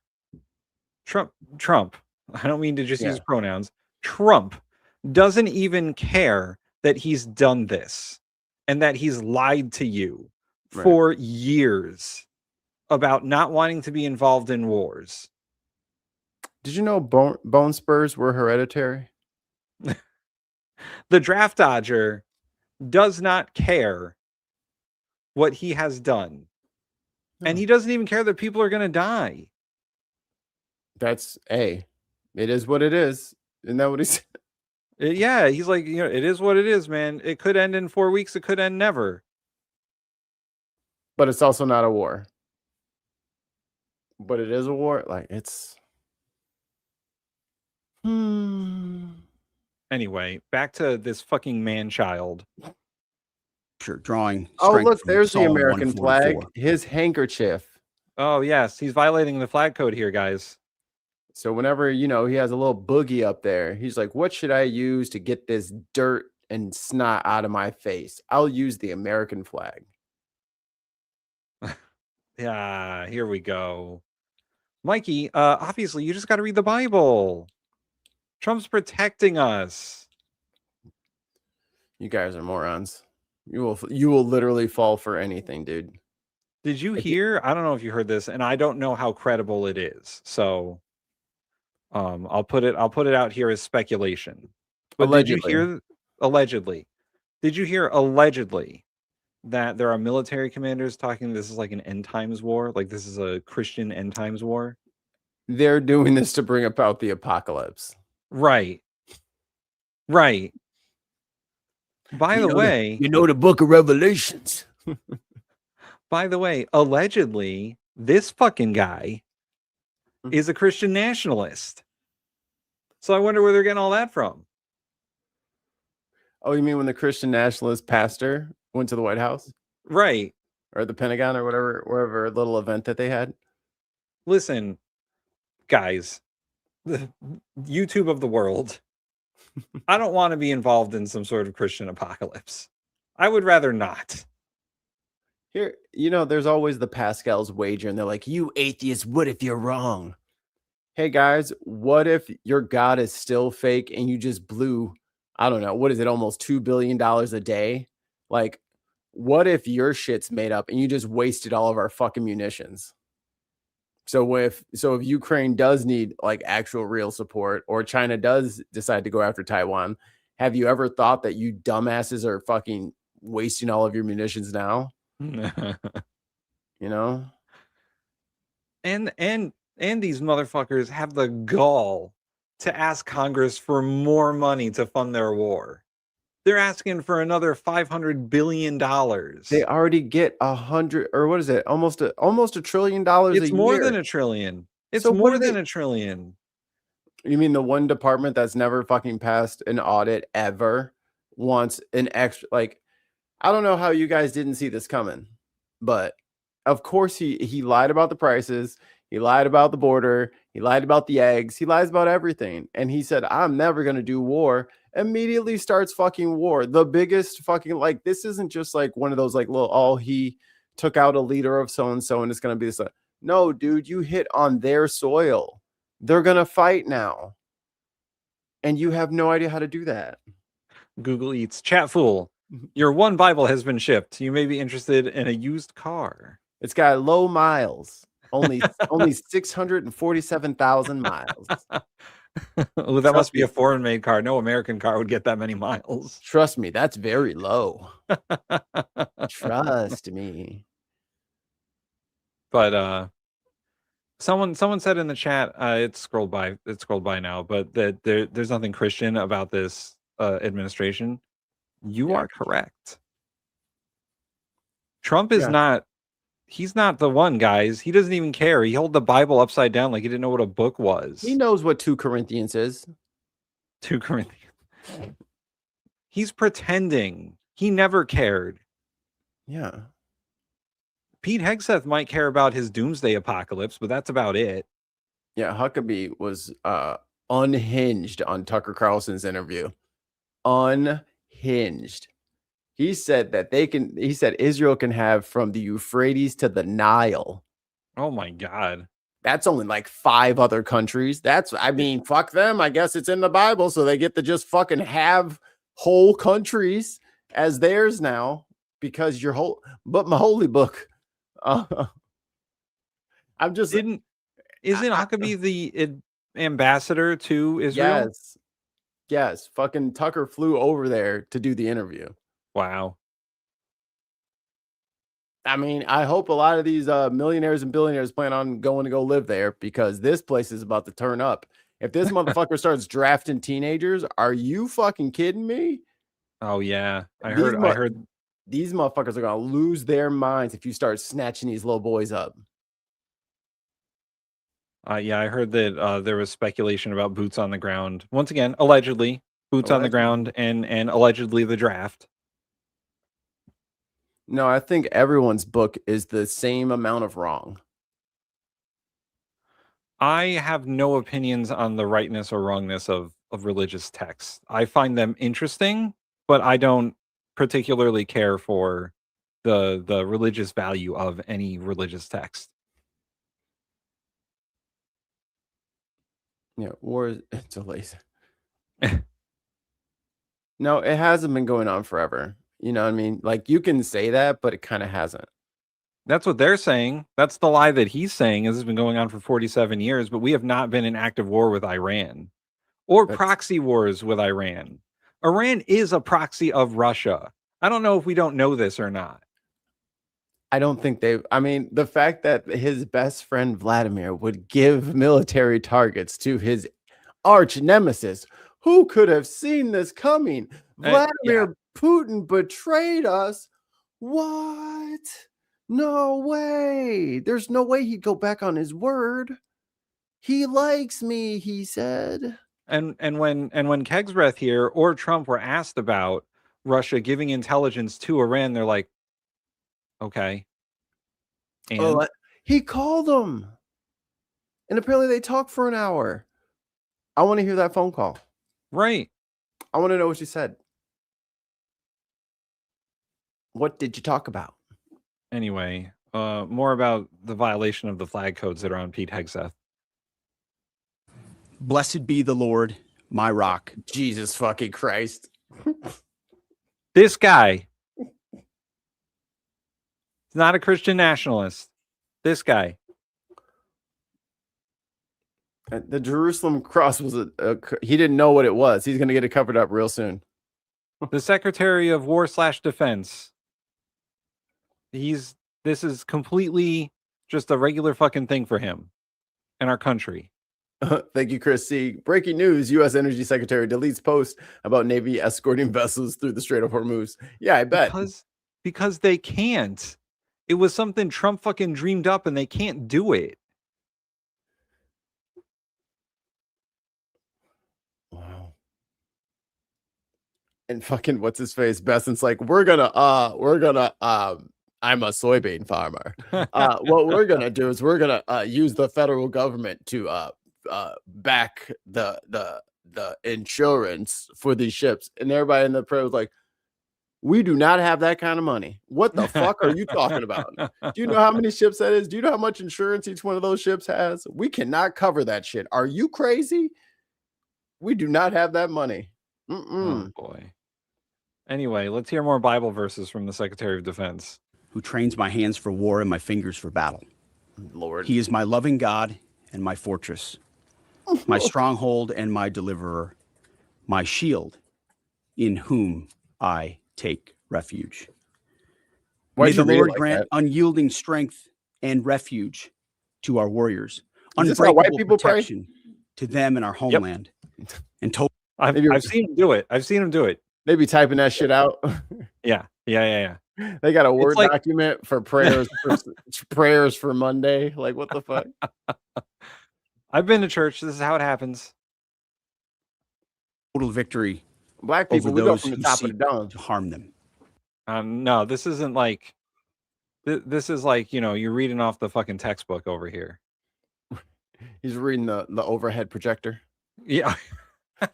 He's reading the PowerPoint. You ever sat through a PowerPoint presentation you hated because the person was like monotone and it was all text on the slides? This is him. He's just like, thank you, Jesus. The pacing's all off. The cadence is sporadic. I love how this dude is taking everything we say so personally. Bro, don't be so triggered. Kind of snowflaking over there. Calm down, man. Yeah, man. Legalize comedy. Legalize comedy. Amen. And you know what? As a white person, I do hate white people praying. There, I said it. I'm gonna say it. I'm not mad. I'm not sad you hurt your elbow. You wanted me to say it? I said it. There. I'm not taking it back. Remember when you used to have to take shit back, or motherfuckers would not fucking be friends with you anymore? You had to take it back. Take it back. All right, I take it back. And then like this weight would be lifted between the relationship. It was so nice to be young and to give a shit about like truth. Don't bring skin color into this. It's very unschool behavior. So you're saying white people and black people pray the same? I'm a pastor's kid before you want to step into an arena that you're not sure you're stepping into. They for sure don't. They're not the same, bro. It's very different. I can tell you. Don't be so. It's okay to have things that are associated with you. Okay, it's all right. It's all right. Subcultures are great. Like there's black people Southern food and there's white people Southern food. Let's not have another discussion about white people food. You know what I'm saying? Like it's just different. It's not bad. It's just different. Everyone in the chat who remembers our white people food conversation from before, put some white people food in the chat. We'll see how that happens. Oh yeah, I was late. I forgot you guys were coming. I was like, what is going on in the chat right now? I came into it. I think it was like peanut butter on bread. Well, history has a different definition of what you're talking about. A little bit. Wait a minute, Mikey. What were you going on about with Southern food? Look, just because you're deep in the bayous doesn't mean Billy says sliced white bread. the fact he put sliced is so insulting. Okay. You're right. You're right. That's Wednesday show. You're right. That's his Wednesday show. But yeah. Fine. We'll listen to the physical manifestation of white people food.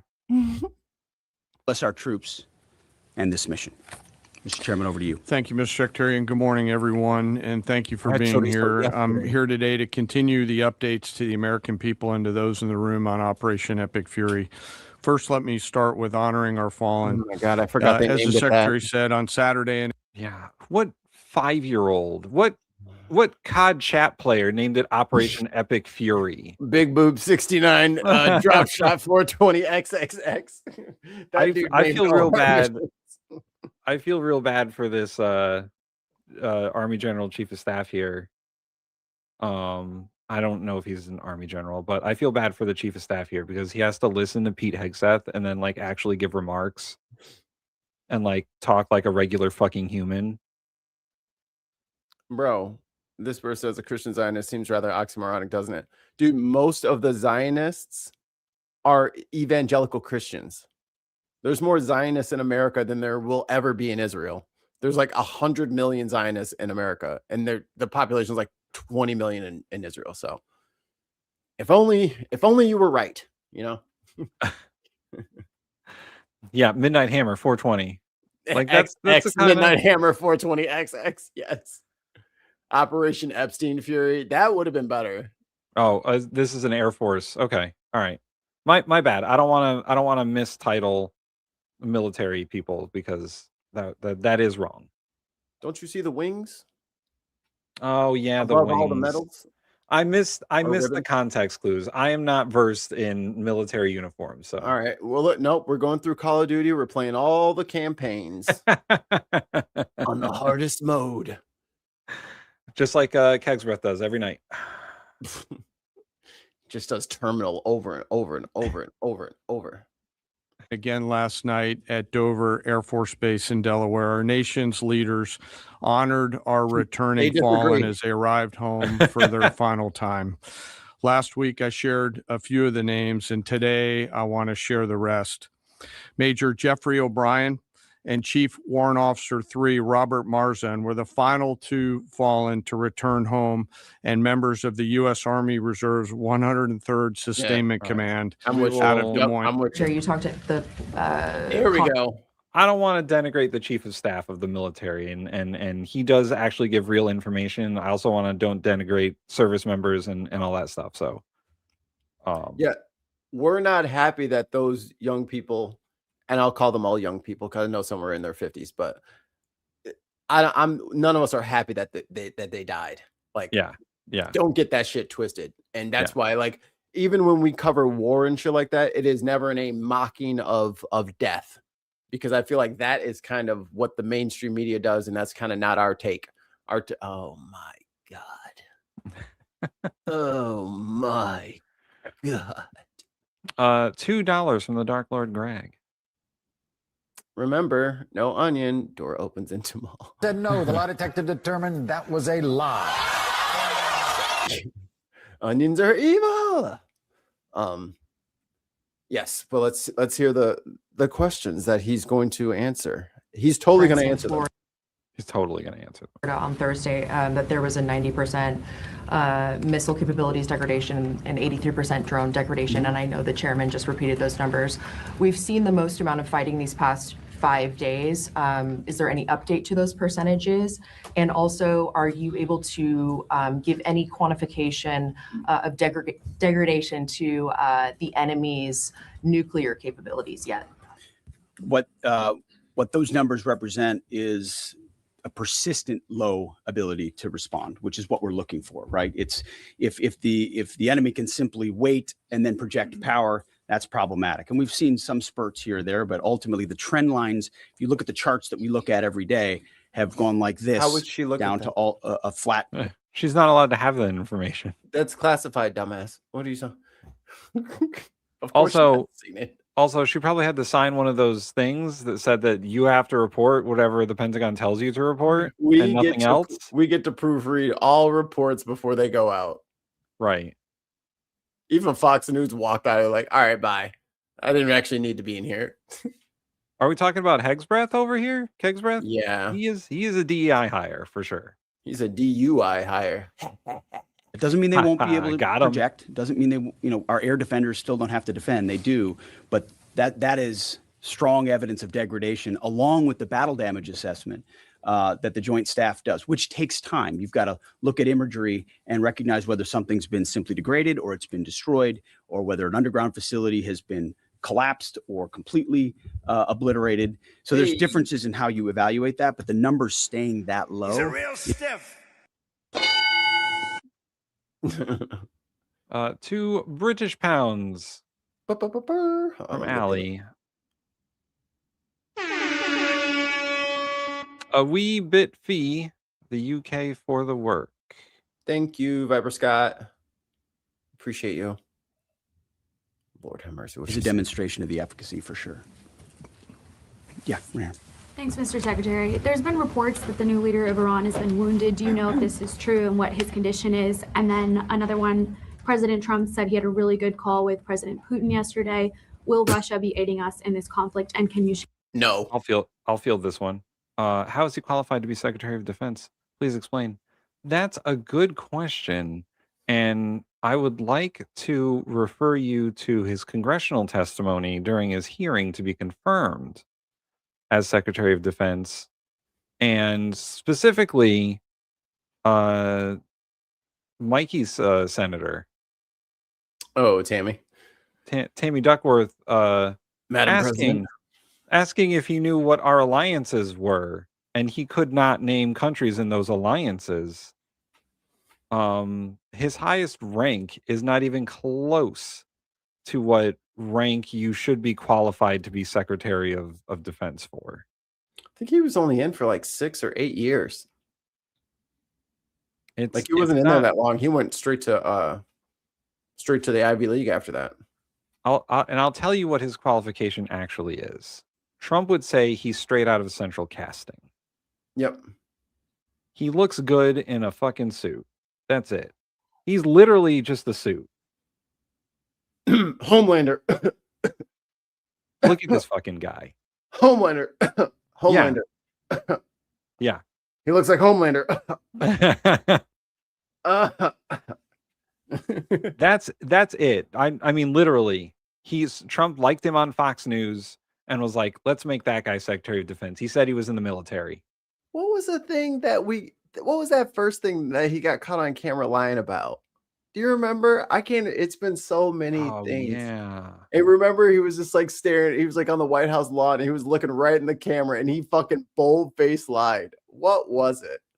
I don't know. Oh man, and it'll come to me while we're talking about it. The drunk version of Homelander. Yeah, man. Yeah, man. This Pete Hegseth is a fucking backup morning news host on Fox News. Boozelander. That's a good one. That's his qualifications to be Secretary of Defense. He promised to stop drinking. He likes violating the flag code over and over and over. God, I hate it when fucking people violate the flag code, especially when they're fucking military. It's rare, but God, it fucking grinds my gears. It's his brand, Mikey. It's his brand.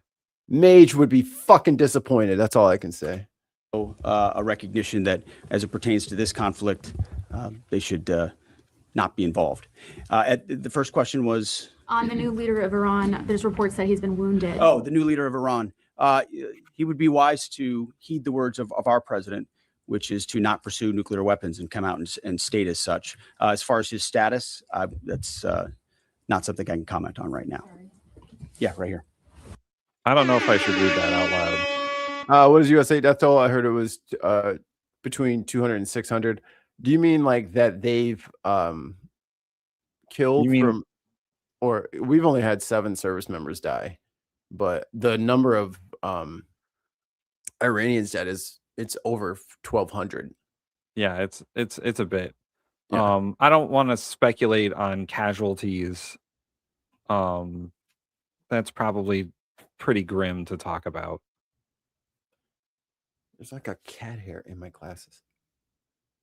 No, it's in my eye. Great. But there are a lot of unsubstantiated reports that the U.S. casualty count is higher than is being reported, but speculation, allegedly. And this person says, I heard numbers are being hidden. I hope not. Same thing with there's like a media bleaching in Israel right now, where anyone that posts any material has to go through like the government servers, and if it's any video of any like destruction of property or anything like that, or missiles coming in or anything, they scrub it and they won't let them post it. So it's very this is the fog of war.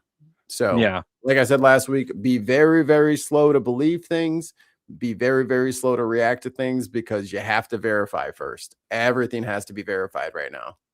Yeah. So yeah, I would say the same thing. Like, make sure that any information you hear is reliable, verifiable. But the U.S. government has not been above hiding those numbers.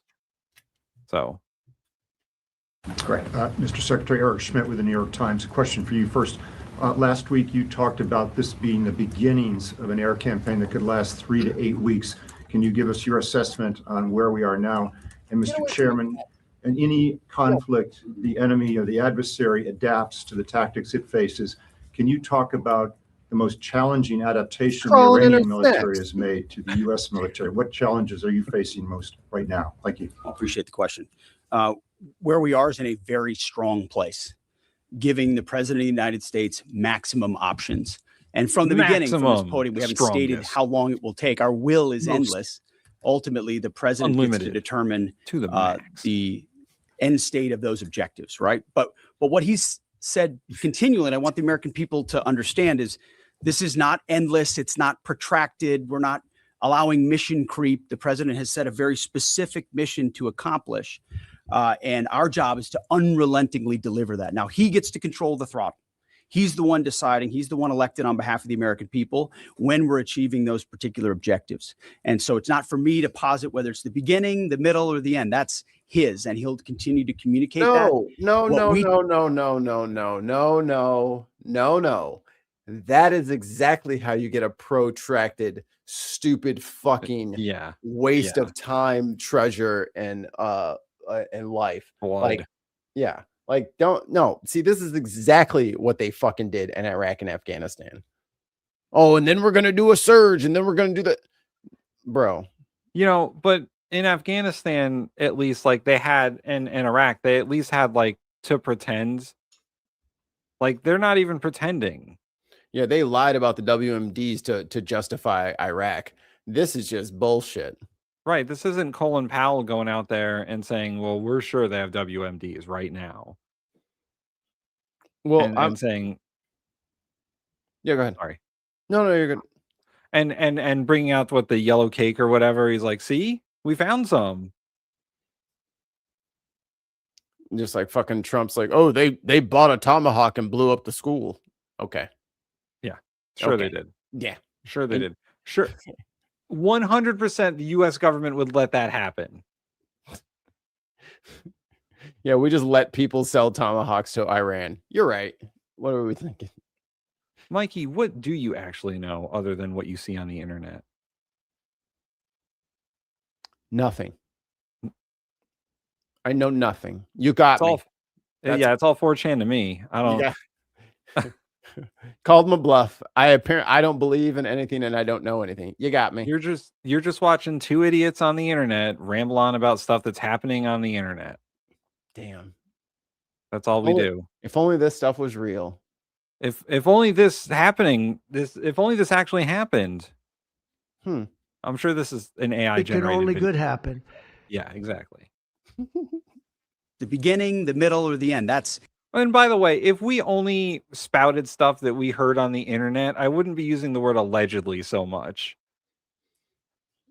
It's almost like we've been calling balls and strikes for 7 years, and now people have a problem because they found us an hour ago. Yeah. Cool. Go back and watch our other shows. Check the record. And he'll continue to communicate that. What we serve him as is we give him updates on a daily basis of exactly where we are, so he can make that determination on the throttle.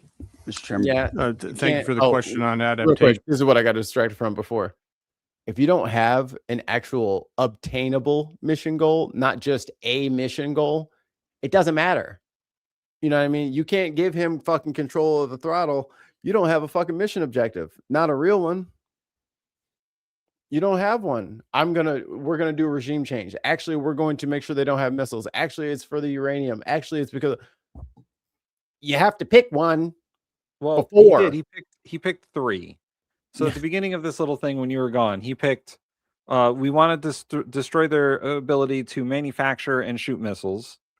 We want to destroy their ability to have a navy. We want to get rid of their navy completely, and then prevent them from ever getting a nuclear weapon, which is the vague one. So for the other adversarial countries, China. Yeah. You're going to attack China next? In Russia? No. Another country that can't really defend itself, like Cuba. Oh, okay. Yeah. Okay. The one full of baseball players and doctors. Got it. Exactly. Lovely, beautiful people. As you're right, no plan survives first contact with the enemy or Murphy. They're adapting. Man, Allie keeps funding this show. We talk about doing about civics, and we got to do it at some point. Well, you had something come up. I had something come up last week. Yeah, that's true. Honestly, the weekend we were gonna do the writing for that, I had to take Stinky Mama to the hospital, so things got thrown off the rails, and we're getting there. Yeah, and this weekend I had a pet pass away, so it wasn't great. Yes. Funds for Zeus. the Zeus, king of the gods, king of the puppies. Funds for that civic show from the UK, £2 from Allie. Because I think essentially here's behind the scenes time, guys. So Tim, here's what I think. I think we should go through the lens, because that's what I was trying. I don't want to do like a boring like PowerPoint. Yeah. I think we should talk about it through the lens of the voter. Okay. And then that makes sense. And then we'll have to kind of like make like 3 or 4 different case suits, because there's different kinds of states like that have first to 50, and then like rank choice, and then some people have senators, or some people have like state assemblymen. I have a Congress, so I have like Senate and, you know what I mean? So it's just different. Yeah. So we'll have to just kind of separate. If you live in these 15 states, it's this. If you live in these 30, it's this, because they're all kind of different. Ooh, fun fact: the only state that doesn't have a bicameral legislature is Nebraska. Because there's 10 of them. Mm-hmm. They got Omaha. Nebraska's a very weird state politically. It is. They also do that split the vote for the electoral college. Oh, that's nice. It's not. Oh yeah, it's not winner take all there. Right. Which I think should be implemented everywhere. Oh my God, no. Come on, man. Come on. I literally have no idea what the hell he's talking about. Oh, wait. No fucking way. Come on, Muttley, man. Two British pound super chat. Breaking news. Allegedly, remember this word, allegedly, the U.S. has lost 6 nuclear bombs. Muttley, can you find a source for that? Because I don't want to, like, spread that kind of stuff on the internet. Nebraska is also ruled by corn. The band, KORN. I'll play some more question and answer time with Pete. Are we? Of course, we have very entrepreneurial warfighters out there. I'd rather not, for operational security reasons, tell them what's working. So I'm not a not answer that question based on that. But we are watching what they're doing, and we are adapting faster than they are. Are they more formidable than you anticipated, General? I mean, I think they're fighting, and I respect that, but I don't think they're more formidable than what we thought. Sir. Asking you shall receive. Let me see if I can get that little fucking... Hold on one second. I will get that link. I just have to do a little finagling. 1 second.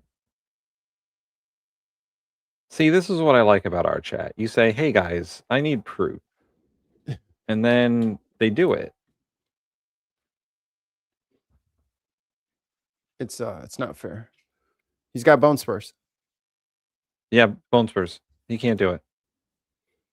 Okay, I'm going to switch from this for 1 second. Bam. The Irish Mirror says that lost nuclear weapons. The U.S. military has lost 6 bombs in Broken Arrows incident. The U.S. has a total of 6 missing nuclear warheads out of 32 known Broken Arrows accidents with lost nuclear weapons, raising security concerns. It's just fuzzy. Oh, sorry. Zoom. Broken Arrow is a U.S. military term for a serious but non-nuclear war-threatening accident involving nuclear weapons. The formidable nuclear might of the U.S. has seen parts of its arsenal lost in the depths of the ocean, with atomic bombs potentially up for grabs. Oh my God, we didn't even go get them. Yo, why are we losing missiles and airplanes in the fucking ocean, man? Did the planes have nukes on them?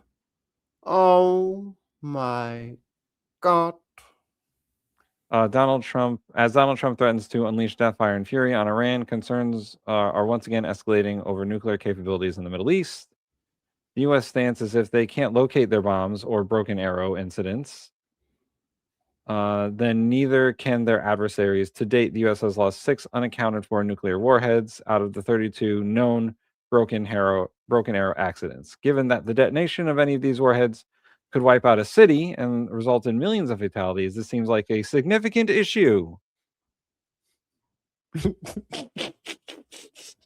People are all over this shit. So yeah, lost my ass. They're missing. They fell into the ocean, the Mediterranean Ocean, in a port, so that's in a ship.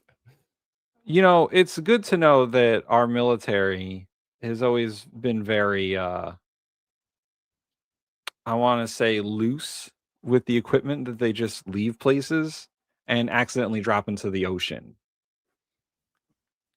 Man, I mean, when you go magnet fishing, when you got $1 trillion every year, you got to spend it, I guess. It's just burning a hole in my pocket. Those fucking $25 million aircraft that Pete Hegseth keeps losing into the fucking ocean. No, you're right. They're not going to try and create a Godzilla or nothing. No, that would,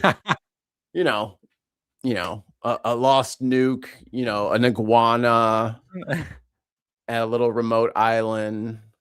It rolls up on the shore, leaks radiation, and it just grows. And that's how you get kaiju attacks. Honestly, give me the kaijus. We treat them like a natural disaster. We can all, band together to fight off the kaiju. I would much rather have that. Sounds like the plot of a movie I've seen. No, this will be a unique idea. No one's ever thought. Yeah, no, we'll build giant robots to fight the kaijus. Nuclear powered robots. And solar powered for when the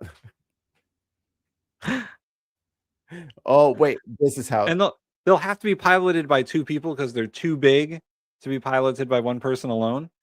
The cephalopods got them nucleus. Oh no. I fucking told you the squid are going to kill us all. Now they're fucking armed with at least 6 nukes. Oh no. And all the jets they have. They're breaking that. They're fucking super intelligent. They're taking those fucking jets apart piece by piece, reverse engineering them shit, and they're gonna have water jets. The water jets. Oh my god. The geysers. That's gonna be their fucking tactical unit. Ooh, yeah. Can you imagine just the fucking shoots out of the ocean? That's what they've been getting that footage of. They're calling it UFOs. No, they're from here. It's Cthulhu in them. You heard it. You heard it here first, guys. The cephalopods are going to wage nuclear war on us. Cthulhu shall rise. Cthulhu shall rise. All will bow before the Yellow King. Lovecraftian horror is going to wage nuclear war on us. And it's only Tuesday. And it's only March. God damn. I don't know if we're going to make it, Tim.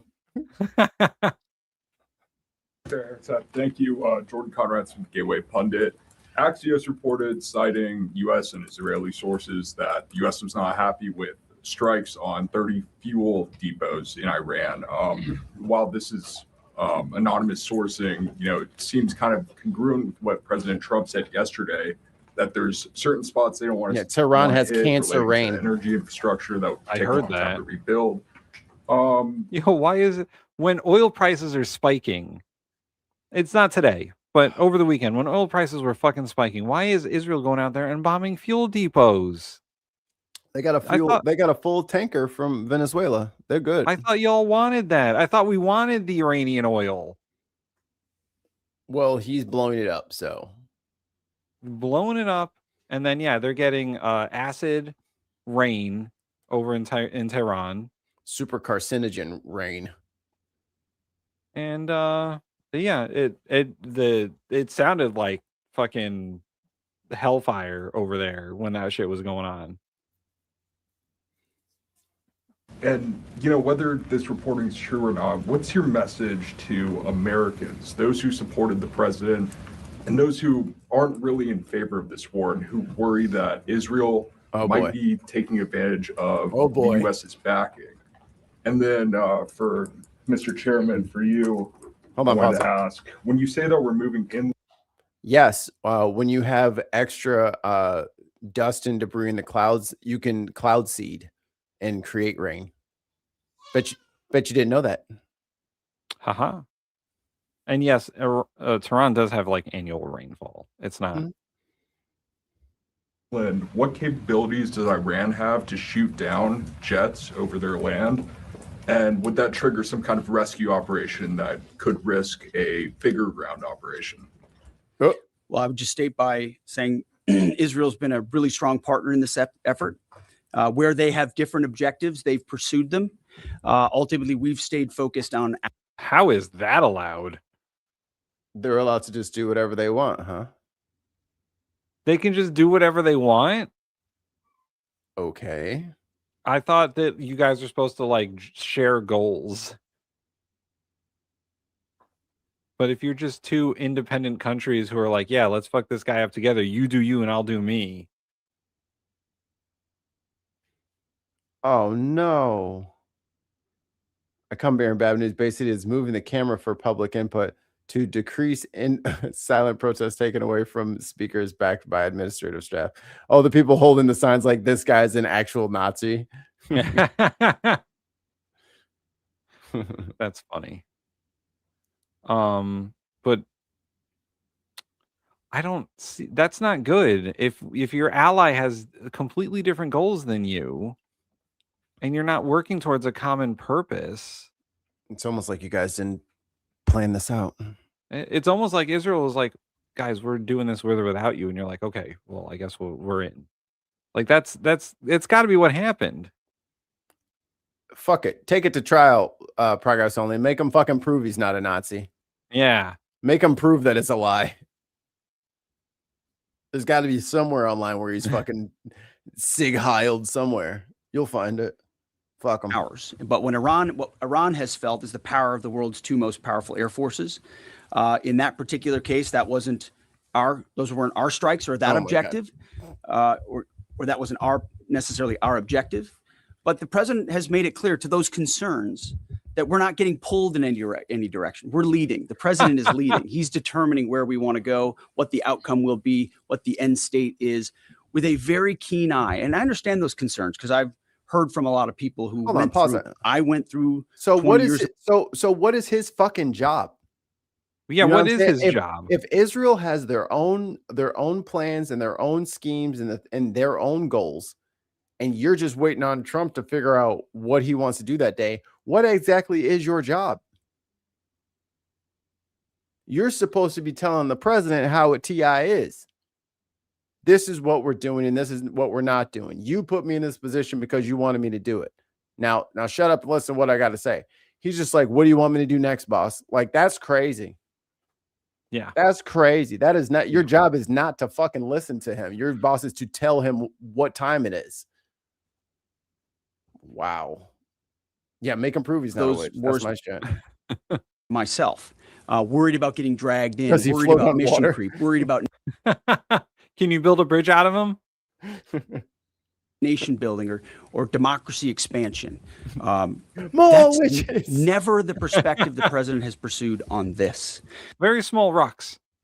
Just because previous presidents and previous secretaries have decided to just pour more resources and more people in toward some unguided end state doesn't mean that's exactly what you're doing. I think this is the new meta for MAGA. just say the truth and have it be wrong, but say it like it's not. But just say it like it's not. Just because other secretaries of war are doing exactly what I did, but it's only been a week for me, doesn't mean that I'm not wrong. I mean, we could do this for like 1,000 years, but it's not a protracted war. Like, they're just saying both sides. They're talking out both sides of their mouth like all the time now. And there's like no subterfuge.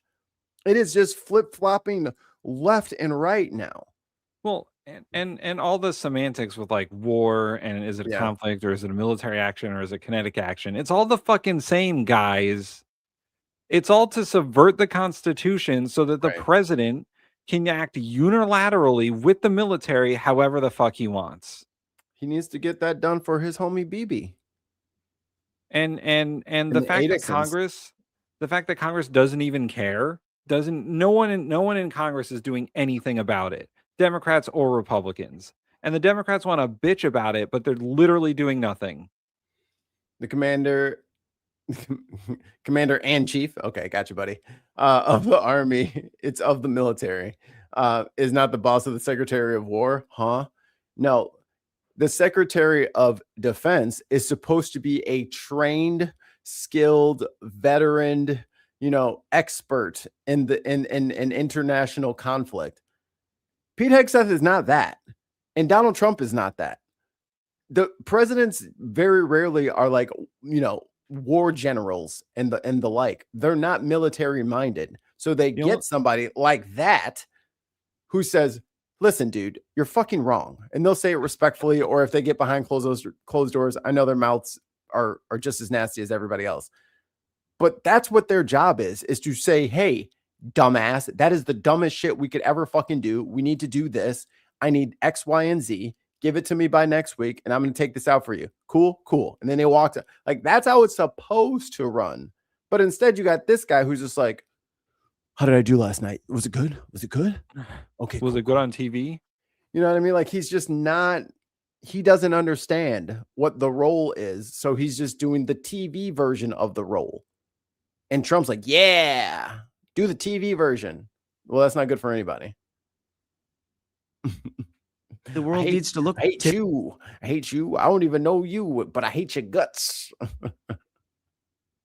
Today, in fact, the American people voted for a different approach. But what the president also stated from the beginning was Iran can't have a nuclear weapon. And it's one thing to say it. It's easy to say. Anybody That's what Midnight Hammer was. I mean, Barack Obama said that. But to do something about it takes courage and resolve. But yeah. Well, after Trump gutted the State Department, got rid of all the fucking diplomats, and then just put his favorite people in charge of all the embassies. Jared Kushner is skilled at all of this negotiating. Jared Kushner and what's the other guy's fucking name? Witkoff are real estate guys. They're not negotiators. They're not professional diplomats. They're real estate guys. Like these motherfuckers were like, when we take out the leader, we want to pick the next one. Are you a council of 80 imams? Like they don't even understand how their government is structured. They're like, oh, well, they have a president and a vice president and like, you know, a Congress. Like they're just so dumb. Like they didn't even like read the briefing about like how the country is structured.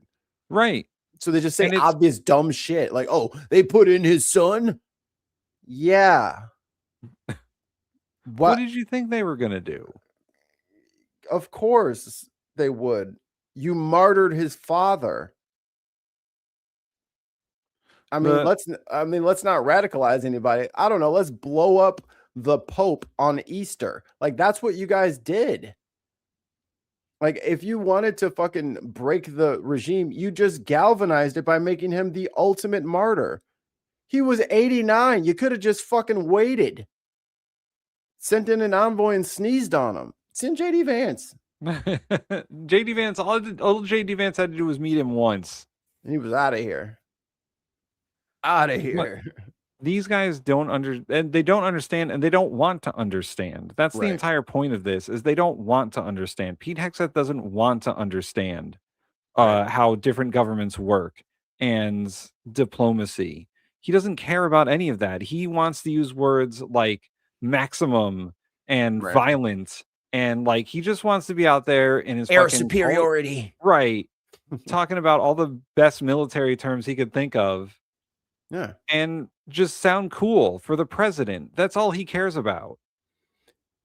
And if you want to sound cool, I mean, like everyone like we warned about Trump before, but this is like a borderline worst case scenario because now every country is about to get fucked. Everybody's about to get fucked. Oh, look at that. What? Hey, 1v1 me. 1v1 me. Not me. 1v1 Mikey. 1v1 me. I only do what he does, but slower. You don't want none? I will dog walk you in your favorite I will learn your favorite game and take your fucking gamer points. Yeah, exactly. Ooh. A political chef. A political cooking show. Maybe. Okay. Maybe. That's got some steam behind it, I think. That's got something. Progress only. That's got something. Our people will be in touch. Yeah. We'll have our people call your people. In that courage and in that resolve, you can also be very. Ooh, okay. All right. So I have the idea, right? Dear progress only. Oh. So, all right, progress only. How about this? It's a cooking show. You know, they used to or they probably still do cooking shows where you have like a guest on and you make food for them. You have a guest on and you make food for them, but your guest is like a politician. While you're cooking, you talk politics. Yeah, you cut that carrot over there and tell me about your plans for universal health care. that actually might slap. That sounds cool. I might out of the frying pan. Out of the frying pan with Tim Bristol. Scoped in what you're trying to execute to ensure that the sacrifice of Americans, American treasure, American lives, all of those properly meet the objective that you're trying to accomplish. And certainly, as someone I talked out front about what the Iranians have done to our generation, yes, we're clear-eyed about it. But my job is to keep it scoped, given the directive of the president to accomplish the mission. Thank you, sir. Thank you for the question. Most of their higher end surface-to-air missile systems are just are let not him answer from factors now at this on. point Yeah, in time. don't- We're able to move just around. let him fighters. answer. They're moving deeper. Let the serious person who knows what the fuck he's talking about answer the questions. Yeah, not the guy who immediately left and went into fucking private equity. Look, this is a person that I would take seriously and listen to his answers and listen to what he has to say. This fucking guy? Oh, come on. He's from fucking, dude, he's from TV. Not this guy. Not a serious person.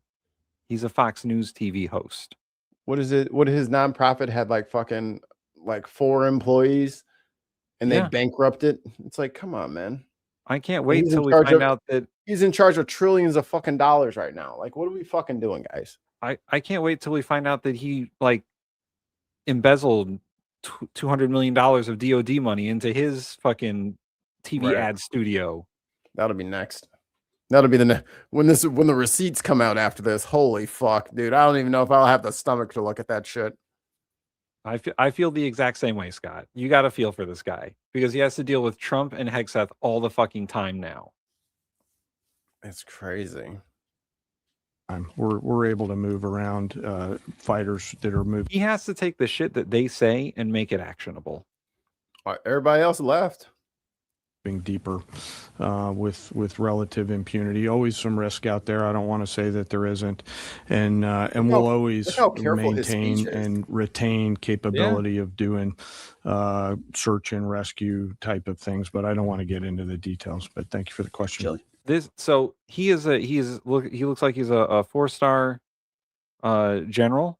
I want to say, and you don't hear him say the words extreme or maximum or violence or any of that bullshit that Pete Hegseth is using to do his warrior culture nonsense. He got the super ultra bomb. Yeah, right. We're being extra extreme violent to them. Like, come on. Talk like a serious fucking human being who's doing a serious thing, not a 5-year-old playing Call of Duty.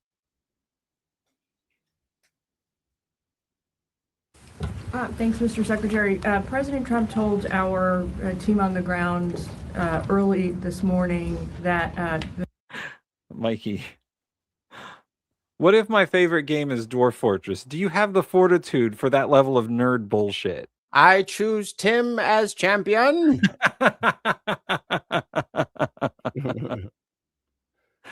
I guess I'm the pitch hitter for that one, huh? He will deal with you. The thing that has surprised him the most during the course of this operation so far has been the Iranian regime attacking countries that are not attacking them. I'm curious if that surprised you as well. And General, curious if you were open to the possibility of escorting vessels through the Strait of Hormuz, and if you could describe some of the challenges of doing so. Big mistake by the Iranian regime to start targeting its neighbors right away, exposing who they are and what they're all about, indiscriminate targeting, flailing recklessly at the beginning. I can't say that we anticipated necessarily that's exactly how they would react, but we knew it was a possibility. And I think it was a demonstration of the desperation of that regime then and that regime now, that they still think their pathway out is to try to alienate their Arab partners even more, who've instead decided to come to us and have been willing to go on the offense, have been giving us access, spacing, and overflight in a new partnership that will continue to remake the region the way that President Trump did with the Abraham Accords. So you're pushing those countries in our direction to support this effort, further alienating Iran. And I think it's worth underscoring. No, it's not doing that at all. It's not. It's not doing that. Like, everyone's looking at us like, holy shit, they are unhinged. Yeah. Well, and they're not. I mean, they asked questions about this previously in other fucking press conferences that he's done. But what they're not talking about is the number of Americans they fucking left stranded in the Middle East and have no plan. And this entire time have had no plan to get them back. And now they're like, look, 8,000 people got out the other day, so we're doing something right. It's like, that has nothing to do with you. That is people just fleeing and escaping on their own, and you claiming fucking credit for it.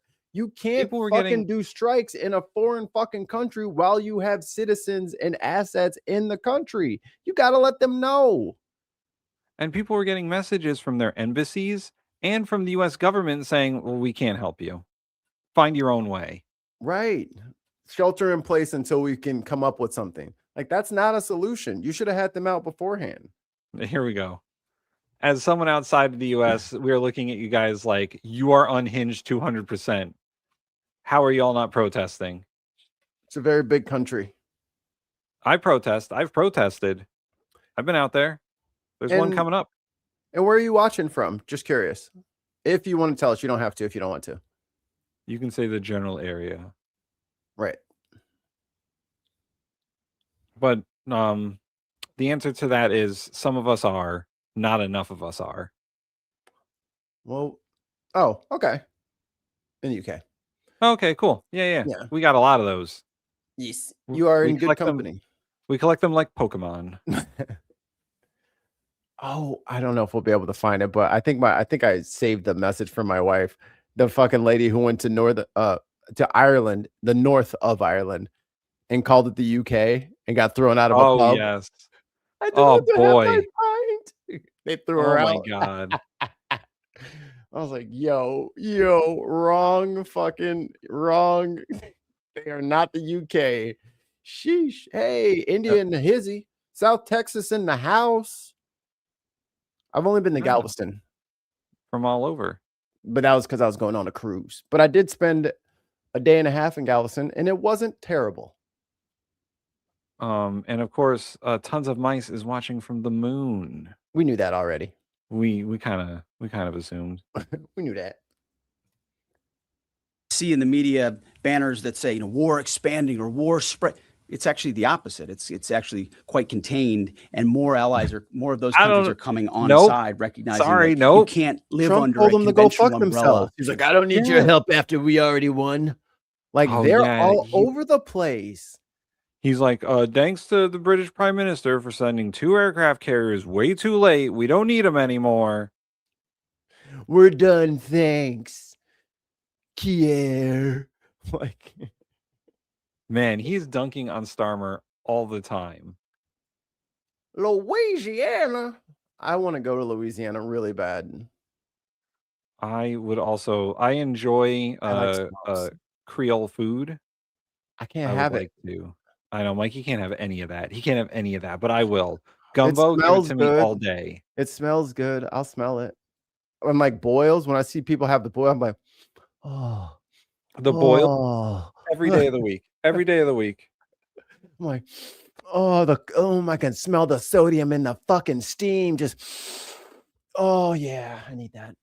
Ooh, Progress Only will be in New Orleans next month. Man, I really wanted to have some crawdads, and then my freaking body decided, if you eat shellfish again, I will kill you. I was like, you don't really mean that. And I got like cross-contaminated and my eye was like fucking swollen out of fucking control. Who knew? Who knew? No one can kill Mikey Famine but Mikey Famine. Yo, if I ever get like on death row or some shit like that, I'm like, I'll have a lobster tail, the shrimp scampi, and some etouffee. I'm going out in style, baby. With nuclear ambitions, with a radical regime like that, again, properly scoping the objectives in the process. And then you want to talk about the Strait? Sure. On the potential, if tasked to escort, we'll look at the range of options to set the military conditions to be able to do that. And then, like we always do with every potential mission, come to the Secretary and the President with both what are the resources required, what is the command and control required, and what are the risks, and how do we mitigate those risks. So we're looking at a range of options there, and we'll figure out how to solve problems as they come to us. See, that's this man's job, is when Trump says we're going to use naval vessels to ferry ships through the Strait of Hormuz, this guy has to figure out how to do it, because it's a very hard task. It's not just simply we can do it. They are big ships transporting big ships through the strait, which is only in some points 2 miles wide. What if we just parked in the middle of the strait and became sitting targets? Right. And again, no one, it doesn't matter how many fucking warships you have over there. The insurance is saying, do not load that ship.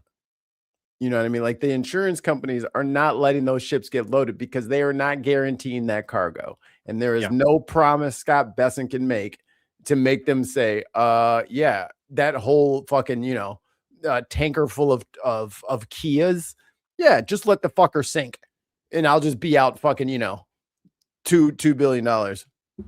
Very good question. If Trump says we're done and Pete Hegseth says we're not, which one is it? Mommy and daddy are fighting. It's my weekend, remember? Yes, I remember.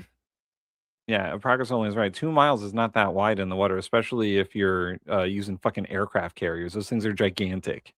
That is true. They are like a fucking mall that just goes through the water.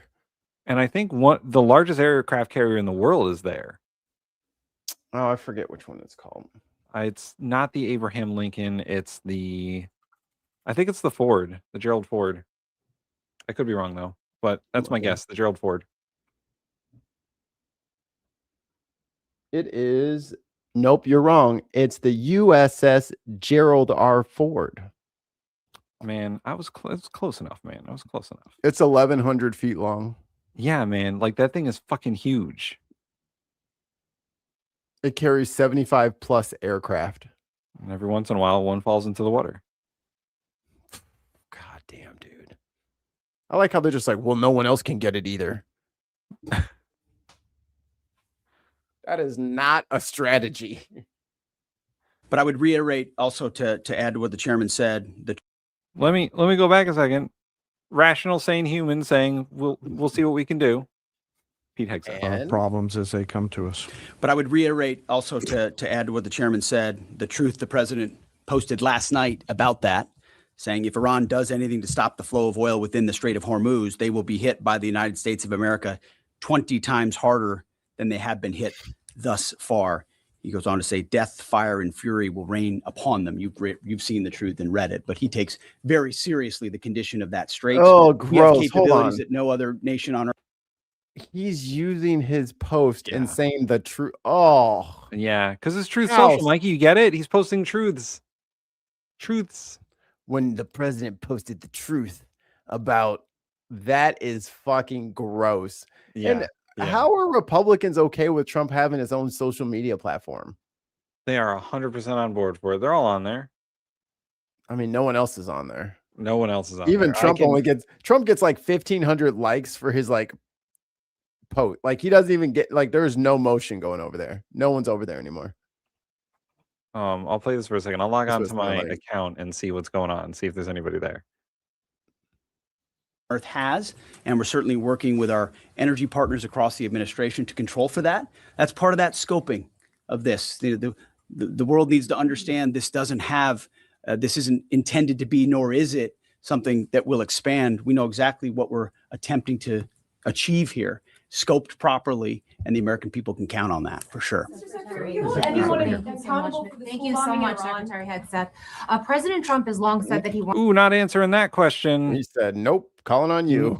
Nope, not you. You over there. The one No, behind not- you. The person over there, not you.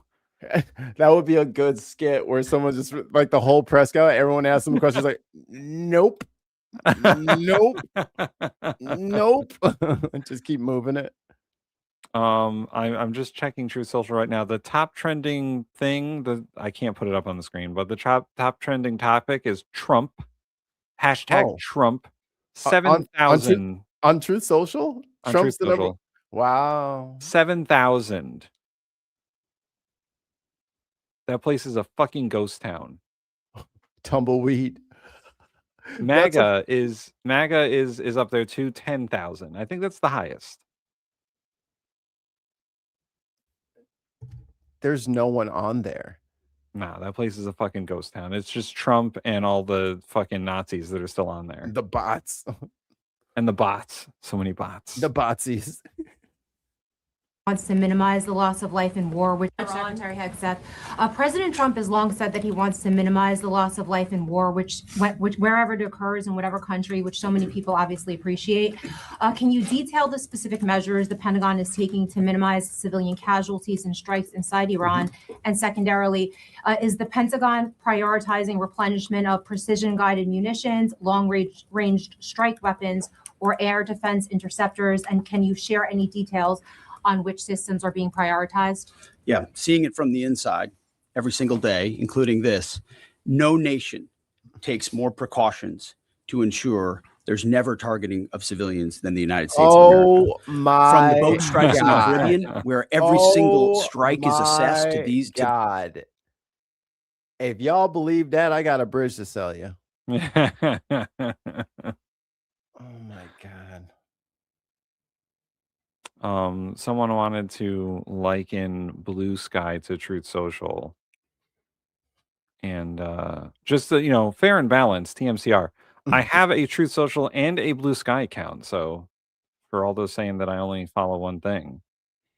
To be fair, we kind of forced him to do it because he drew the short straw. We're like, somebody has to go in there and see what he's saying. I did. We volunteered him as tribute. So the top trending thing on Blue Sky is voter intimidation, and they are not giving out their numbers, so I cannot confirm nor deny the popularity of Blue Sky. Well, click the top thing and then see how many likes are on the first one. So we'll have some sort of gauge. Here, and this one I can show because there we go. Oh, we don't want the penis ads all over next to the fucking Yeah. I mean, this is under voter intimidation for Blue Sky. I would say it's, yeah, you know, it could be more or less. No one can read that, so you're gonna have to tell us what the numbers are. Oh, sorry.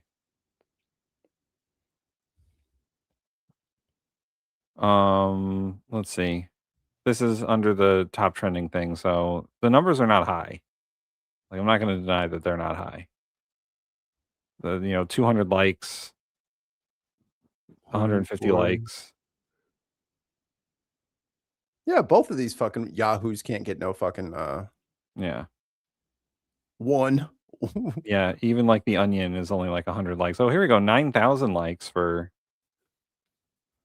the problem isn't voter fraud. It's the frauds we're told to vote for. Yeah, that's a good one. But that's only 10,000. That's not bad.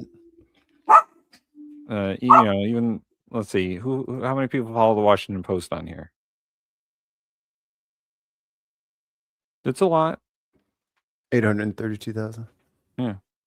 So I mean, it depends. Like, yeah, social media is fractured. People who don't like Twitter for one reason or another, they went to fucking Blue Sky or Truth Social for their extremes or whatever, and that's what they do. Or they come here. Or they come here and they like our show and they subscribe to it. Do it. Like and subscribe. Mikey, I'm about done with Pete Hegseth. Do you want to do something else? Yeah, we can do some we'll hit the playlist. Yeah, hit the playlist. I got some good stuff. I got some good stuff in the playlist. I'm going to take a very quick break. BRB. I'm going to remember how to get to the playlist. Right. Oh, I opened up my subscribers. That's why. Oh, no. I'm like, dude, why am I scrolling for like 40 fucking years? Oh. Refresh, redo. Goddamn. How many likes for zero barking? Dude, someone in a fucking crotch rocket fucking backfired right over these, like, bruh, bruh, bruh. It's like, dude, what are you bruh-ing for? You're not bruh-ing in nobody. Ooh. You can't do shit. Tomorrow, over on Reagan Elite's channel, they're doing the PMQs. I do want to watch that, but I think I might be up. Because I think it's like 5 o'clock in the morning for me. Yeah. So I'm sure I won't be asleep. All right, I will be right back. Okay. All right, we'll just talk about him because he's muted and he has his headphones off. What a fucking asshole. God, I can't stand that. You know what I mean? Finally. Ugh. I can just kind of be myself now that he's not here. Whew. Annoying. Am I right? Golly, I hate that guy. Hate that fucking guy. All right, we're going to Nashville. And this is we're gonna get this is a little immigration coded. So all of you little white supremacists, get your little racist boners going. Tonight, a Nashville journalist detained by immigration authorities. In court documents, her attorney claims she was arrested without a warrant. News 2's Kelly Milan spoke with that attorney today and shares more. Hola, ¿qué tal? Regresamos con más información. A Nashville television reporter now in immigration detention. Stephanie Rodriguez, who works for Nashville Noticias and Univision 42, was taken into custody by immigration agents March 4th. According to a statement from the outlet, Rodriguez was with her husband outside a gym on Murfreesboro Pike when several cars surrounded their marked news vehicle. The station said, surrounded the news vehicle. Like, oh, that's the Spanish channel. Quick, get him. Several men then exited those cars and demanded Rodriguez be taken into custody. She was later transported to a detention center. Up until now, she hasn't had a case with ICE charging her with anything, any part of DHS charging with anything. She never had a case with immigration. I would say more, Dark Lord Greg, but they have eyes everywhere. Courts. Her attorneys have now filed an emergency federal petition asking a judge to order her. Pursuant to 28 U.S. Code subsection 2241, petitioner Estefania Maria Rodriguez Flores asked the court to issue a writ of habeas corpus requiring respondents to immediately release her because immigration agents have seized her in violation of the Fourth Amendment and the Due Process Clause. Then they have the case law there, adopted in 2025 with U.S. 156336. Release. The lawsuit claims Rodriguez entered the United States legally, applied for asylum, and has been seeking a green card through her U.S. citizen husband. Her lawyer says she had been following ICE instructions and was expected to report to the ICE office later this month. But according to her attorneys, when they checked with ICE about her case, they were told the charging documents were still being finalized. Now I see, this is the shit that like really pisses me off, because as much as people like want to complain about just come over the right way, just sign the book like my grandparents did, these people have been going through the steps. But I mean, we don't have to pick a side. Certain administrations have made it impossible intentionally. They firing the immigration judges does what to help with comprehensive immigration reform? What does that do? It does nothing. It makes it worse. And they made these choke points and they made these bottlenecks in the system on purpose to make people's process take as long as fucking possible. And then they want to get mad when people have to just, keep showing up for monthly appointments because they can't get their full hearing in because they keep firing everybody. It doesn't work that way. Well, Mikey, if you don't like the system, then maybe you should change it. They're making it harder for them. You'd have more people coming in legally if you didn't stop firing all the people and then shutting down the apps for people to register. Well, don't we have a body in our government whose job it is to make the laws? No, the president does that. Oh. I mean, like, if there was like a group of like 435 people who their job was to write policy and random make number. laws and very random number, very random.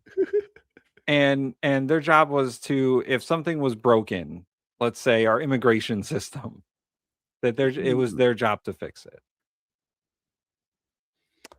Or if we had like maybe like a branch of government that was in charge of like enforcing the laws. Oh, okay. All right. Yeah.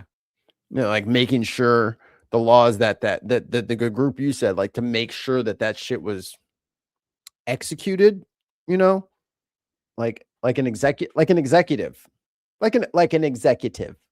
And yeah, okay. This executive branch would be in charge of creating different administrative departments whose job it is to enforce the laws that are passed by the aforementioned group, right? The 435, right? Yeah. No, that'll never work. No. It's claimed that her family to show up last Wednesday. Nah, never heard of him. Day was a sign that she is a flight risk. But in this case, there was an ICE officer who 2 days before said, hey, that appointment does not exist. Her attorneys now question why she was detained at all. The lawsuit also claims immigration agents arrested her without a warrant, a move her attorneys argue violates the Fourth Amendment. Now in detention, her attorneys say she will likely miss an important step in her green card process. Oh, did we accidentally arrest you right before your meeting so that you can miss it? Oh, and because you missed a check-in, so that makes you ineligible now. Like, this is some like straight up fucking cheating ass lag switching dog shit. Yeah.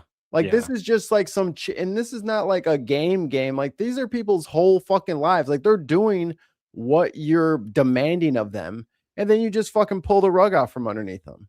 Like them fucking like having ICE agents sitting outside the fucking the immigration courts and just snatching people. It's like, dude, they're literally going through the process. If they were undocumented, then how the fuck did the court know how and when to contact them? Hello. And never mind the $92 fucking billion that they pay in taxes every year. I guess just throw that shit away. We don't need it. Fucking ridiculous. The one meeting she might actually miss is she's supposed to go do, her fingerprints for USCIS for her green card application on the 17th of this month. And, can't really get there if you're in detention. In a statement, the Tennessee Immigrant and Refugee Rights Coalition says, in part, it's not lost on us that as a reporter, as Stephanie honestly and courageously told real stories about the harms caused by ICE and the people they targeted and detained. Rodriguez is expected to have a hearing March 21st. Her They got a fan on in the studio? God Yeah, damn. right? attorneys say a bond motion is likely to follow. Until then, she's being held at a detention center in Louisiana. You know what it is? They got an overhead mic that someone forgot to mute, and it is up all the way. They thought that was one of their mics, and they forgot to turn it back down. Louisiana. We reached out to Homeland Security for more information, and we haven't heard back. Well, don't expect them to, because this is how they roll. And you know what? We should talk about rest in peace to Krusty the Clown. She got fired and then put into the team project of the Americas that America is going to do no part of, the school group project. We're going to do nothing and then sign our name at the end. But she's been replaced by Mark Wayne Mullen. Let's take a look at him and let's get to know this lovely chap. So I think we've done this on Unboxed. You want to run your mouth? We can be two consenting adults. We can finish it here. Okay, that's fine. Perfect. You want to do it now? I'd love to do it right now. Well, stand your butt up then. You stand your butt up. Oh, hold on. Big guy. Oh, stop it. Is that your solution? I like how Bernie Sanders was the chair of this committee, and hilarious. Oh, no, sit down. Sit down. Okay. You're a United States Senator. Sit down. Active. Oh, okay. Sit down, please. All right. Can I respond? Mr. Chairman? Hold it. If we can't, no, I have the. Talk Oh, about they tricked Mr. me. O'Brien himself, his behavior. As Okay. everybody knows, and it's here in the last time, him and I kind of had a back and forth. Appreciate your demeanor today. It's quite different. But after you left here, you got pretty excited about the keyboard. In fact, you got pretty excited about the keyboard. The keyboard, fucking Mark Wayne Mullen. tweeted at me 1, 2. Oh, here. Here we go. About the last video. Getting appeals, a new rule blocked by courts in March 2026. Attempt to cut the time to appeal a deportation from 30 days to 10 days. Yeah. Backlog surged. The combination of fewer judges increased, whereas have pushed the case to backlog 3.2 million. That's what I reported in January last year. With some hearings delayed until 2030. So instead of us having to pay for those people to be housed and do all this other shit, it's almost like it would be cheaper to just give them, every month, every 2 months, hey, check in with us.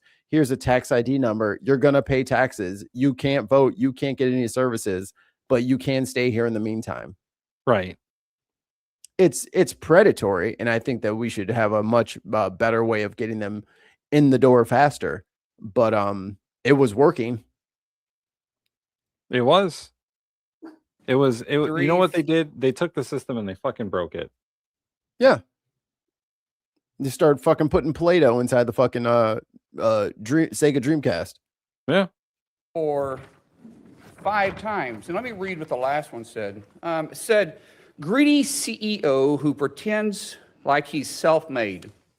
Sir, I wish he was in the truck with me when I was building my plumbing company myself. And my Nobody wife cares. is... He's so proud of his plumbing company that got bought out by this like super conglomerate or whatever. So he went from being like a $100,000 to like a multimillionaire very quickly. And now he's in like the hundreds of millions of dollars. So We do not care. Self-made seems a little bit of a stretch. Running the office because I sure remember working pretty hard and long hours. Pretends like he's self-made. What a clown. Fraud. Always has been, always will be. Quick, the tough. Yo, just to clear it up, if somebody writes some shit about you online, don't just read the shit. That's exactly what they want. They wanted to see your reaction when you read it, and now you're doing it in front of them. Like, yeah, here's what happens when you read shit online. People will make voice recordings of you, and then make clips out of it. What? Fuck the hell off. Like, yeah. You gotta admit that was pretty good. Guy Act and these Senate hearings. You know where to find me. Any place, anytime, cowboy. Yeah, cowboy. Sir, this is a time, this is a place. If you want to run your mouth, we can be 2 consenting adults. We can finish it here. Okay, that's fine. Perfect. You want to do it now? I'd love to do it right now. Well, stand your butt up then. You stand your butt up. Oh, hold on. Big No, guy. stop. For context here, Mr. O'Brien is, I believe, the president of the automakers union. Teamsters union. So he's talking to the president of a union. Yeah. Like these Teamsters don't fuck around to begin with. Like my dad was in the Teamsters union. They don't fuck around. Those union guys, you don't want to mess with them. They're carved out of brass, man. Right. This is their leader.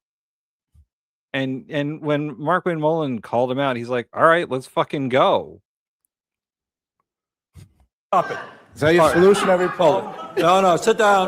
Sit down. Okay. You know, you're a United States Senator. Sit down. Active. Oh, okay. Sit down, please. All right. Can I respond? Mr. Hold it. If we can, no, I have the mic. Oh, poor Bernie. I'm sorry. This is Hold what it. he said. You'll have your time. Okay. Can I respond? Oh, no, you can't. This is a hearing. And God knows the American people have enough of contempt for Congress. Let's not I don't make like it worse. thugs and bullies. You have, And that's you what- have I don't the like mic. you because you just Hold it. described yourself. Yeah, hold it. You have the mic. You have to- He's got them both by the ear, like fucking Naruto and Sasuke. These were the free speech advocates. Kakashi Sanders. Fine. All right. Make your statement. Then let's do this because I did challenge you and I accepted your challenge Lord have mercy. and you Were went they gonna quiet. fucking duel? No, I didn't go quiet. I was. Hold on. You challenge. Should we bring that back? I mean, there'd be a lot less of this. We'd be done with it already. Bernie's trying to control us grandkids. Exactly. You're both stupid. Shut up. Challenged me to a cage match, acting like a 12-year-old schoolyard bully. Excuse me. Hold it. No, excuse me. I have the I will mic. say exactly. Senator what you Mullen, said. I have the mic. You have questions on any economic issues, anything that said, go for it.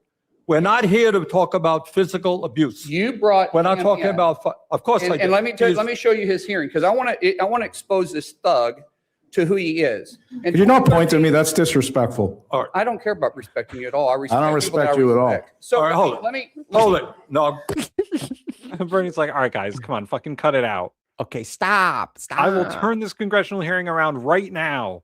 I will pull this The over. girls are fighting, aren't they? You're one of Yeah, a hold hundred it. of the most Hold elite it, people. please. Act it. please. All right. This is a, excuse me. This is a hearing to discuss economic issues. All right. You have questions for Mr. O'Brien or anybody else on what It can only good happen. he has said, go for it. But we're not here to talk about fights or I'm- anything else. Tell me about it. So So that's who's going to be in charge of ICE. We'll do it live. Fuck it. Couldn't have gone better. More about immigration. More news tonight. Family and friends of a woman from the northern suburbs want answers after she was detained by immigration officials at O'Hare for more than 30 hours, even though she's a U.S. citizen. And that's not all. They claim she was taken all the way to Wisconsin before finally being let go. NBC5's JC Navarrete is on the story live. Bro, if I fly into O'Hare and I wake up in Milwaukee, I have an issue. Live in our newsroom with new details about. I mean, Milwaukee's great. I love it every time I go up there. I always have a good time and everyone's really nice. But goddamn. What that woman went through just to get back to Illinois. JC? Hey there, Stefan. Good evening. There's a new call for accountability tonight. 28-year-old Sundas Napki was detained at the airport after landing back in Chicago. Her family tells us she was held at the Broadview facility and then transferred to another facility in Wisconsin, more than 150 miles away. She was finally released after 30 hours. Jesus. What occurred on Thursday and Friday was a U.S. citizen detained with no cause. New question Sunday after an American citizen ended up in federal custody. 28-year-old Sundas Napki was born and raised in Evanston and is a U.S. citizen. You think just being born in Chicagoland is good enough to be a U.S. citizen? They were probably like, "Where's your passport?" And they're like, "Here." We're not asking for your passport. You're under arrest. Stop threatening me with that folded paper. Napki was initially detained by Customs and Border Protection at O'Hare after returning from a work trip in Turkey. She was held at the airport before her phone's location began to ping at the Broadview Processing Center. Her sister telling us local and federal officials lied to her. We were told that she wasn't here. We saw her location on smack dab in the middle of the facility. Oh, man, they we got saw her that. location and was Find my phone shit turned on. They're lucky that in LA they was selling their phones. It was taking them to like the phone turning hub and just taking the cash. Wisconsin in the middle of the facility. The cops were lying to our faces. Cook County Sheriff's deputies were granted access to the cells at the Broadview facility. However, Napki was nowhere to be found. The family telling us her phone's location at that point showed she was at a different detention facility. I just want to point this out time. to all the people out there in the world who are listening to this. For all 50-ish of you. It is against the Constitution to ask a U.S. citizen for their citizenship.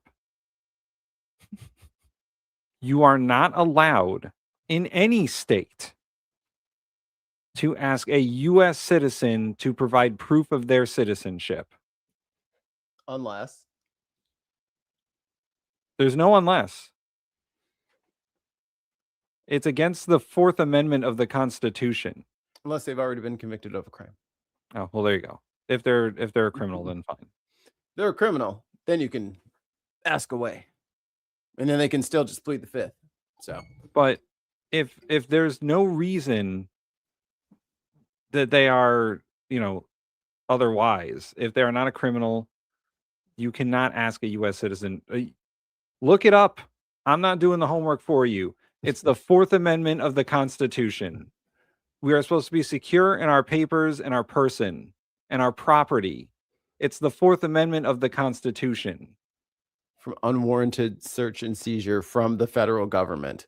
It is to cannot protect all of us, and it applies to everyone standing in American soil. It applies to everybody. Sorry. I'm not twisting. It's illegal. Now, if someone is an immigrant and they have a visa and they have those kinds of papers, then yes, you can ask them for proof of their right to stay. That is different. They are not citizens. And they're instructed to do so. They're instructed to do so. They're not some. How do you get a? Because you need a passport to fly internationally. Because you need a driver's license to drive a car. You need a real ID to fly in Illinois. Right. You need that fucking real ID shit now to fly domestically. Right. However, if an ICE agent comes up to you and says, "Prove to me that you're a citizen," and you are a U.S. citizen, you can tell him to fuck off. Because like what they're doing by and large is, I mean, all they had to do was take her phone. They got her wallet, right? Her ID's in it. So what are we talking about? You know what I mean? Once she's arrested and detained, they should already know who she is. But instead of just, doing any kind of investigation, to stop a violation of someone's rights, they're just boxing them up and squirreling them away from their families and shit like that. Like, I get that you're trying to like be obtuse and you're trying to like make this like fringe case, but there is no difference between her and you. Because if you try to give out your ID, like I'm supposed to be here, and they say, well, I'm just going to throw your ID in the gutter and drag you away anyway. That's what we're talking about. Right. And yes, many cities have had policies where they're called like stop and frisk policies, where cops can stop you for whatever reason and ask you questions and say that you're being suspicious. Cuomo. Right. Cuomo, Eric Adams, but Giuliani.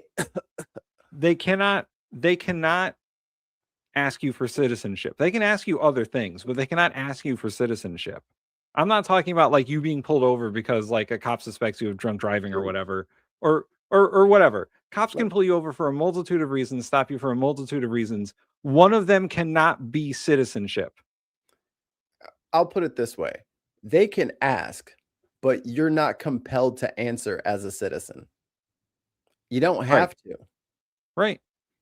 Like they can't just like the cops or ICE or anybody can't just walk up to your door, ring the doorbell. You don't answer the door. They kick in the fucking door and they say, hey, are you a citizen? And you say, yeah. And then they just walk out. Like that's not a thing. Right. And then your answer can't be, well, why don't you just answer the door? Because I don't fucking have to.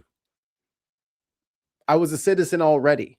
And I don't have to aid the government in its investigation. You don't have to help the cops prosecute you. That's why you have a Fifth Amendment, so you don't self-incriminate. It's their job to have the crime already laid out, that they just want to gather the person that they've collected the evidence for.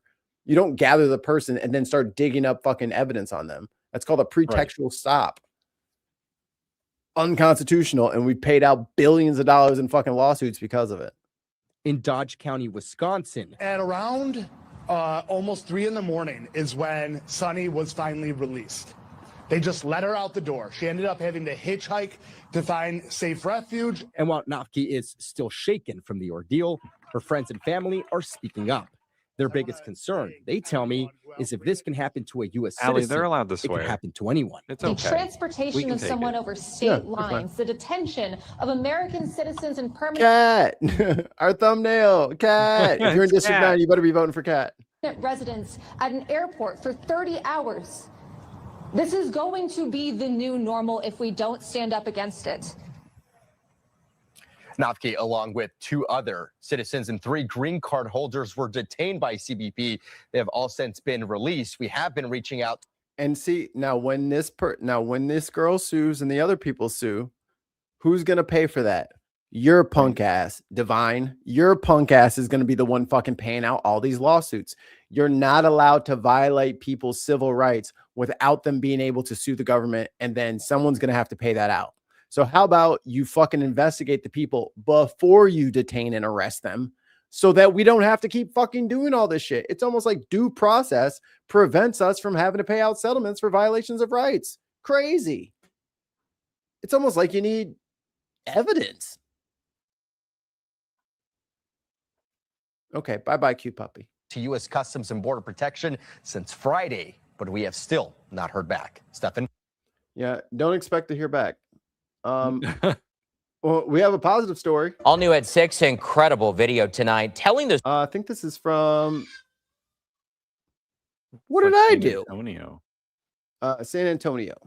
Story of a bystander who saw someone in trouble and made a split-second decision to try to save a life. It happened yesterday on Loop 410 at noon in heavy traffic when a man had a medical episode. Oh. And a stranger did something amazing. Tonight, our Sue Kalberg spoke to the driver who made a difference.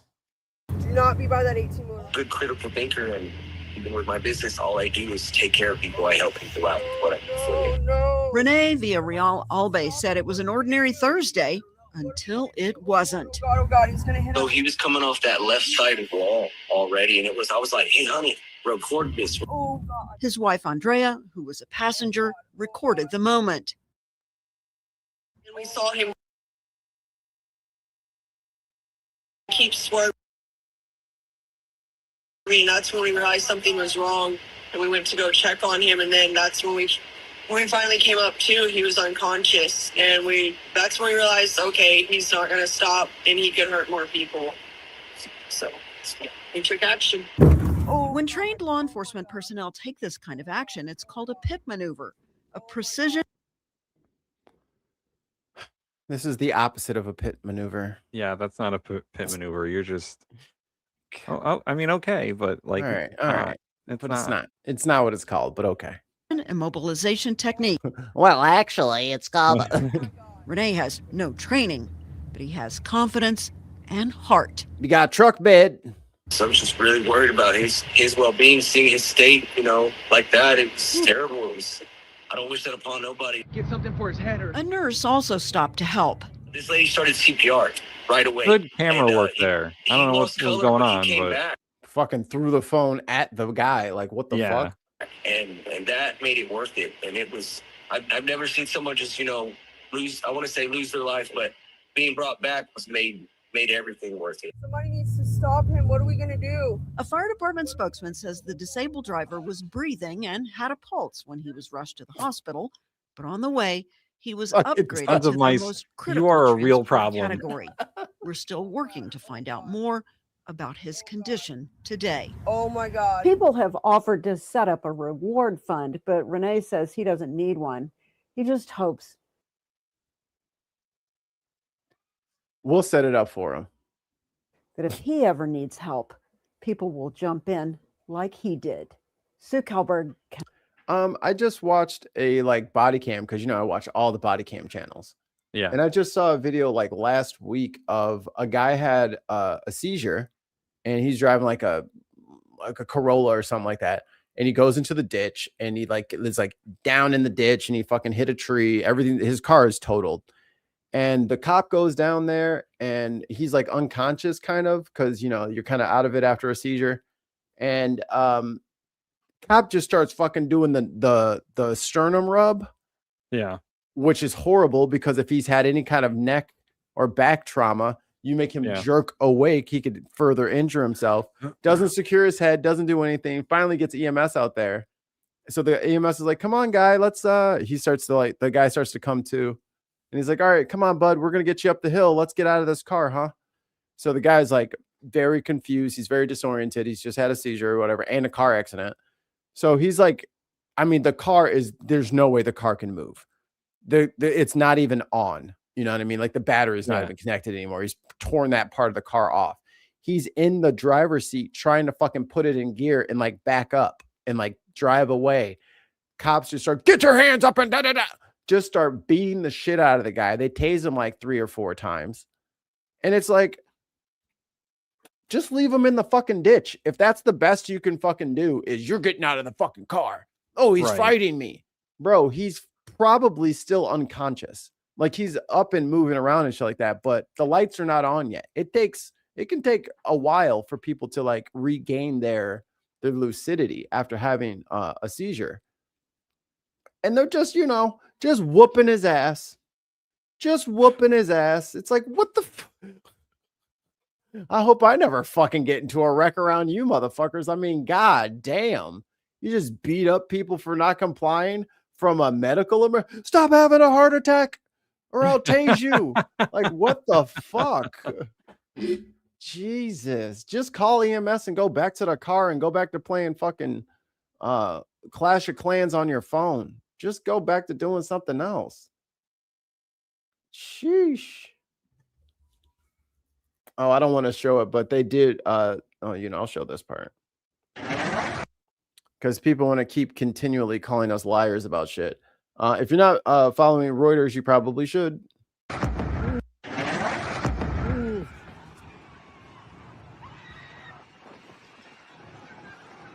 Tomahawk missile likely destroyed that Iranian girls' school. So will the U.S. accept any responsibility? Well, I haven't seen it. And I will say that the Tomahawk, which is one of the most powerful weapons around, is used by, is sold and used by other countries, that.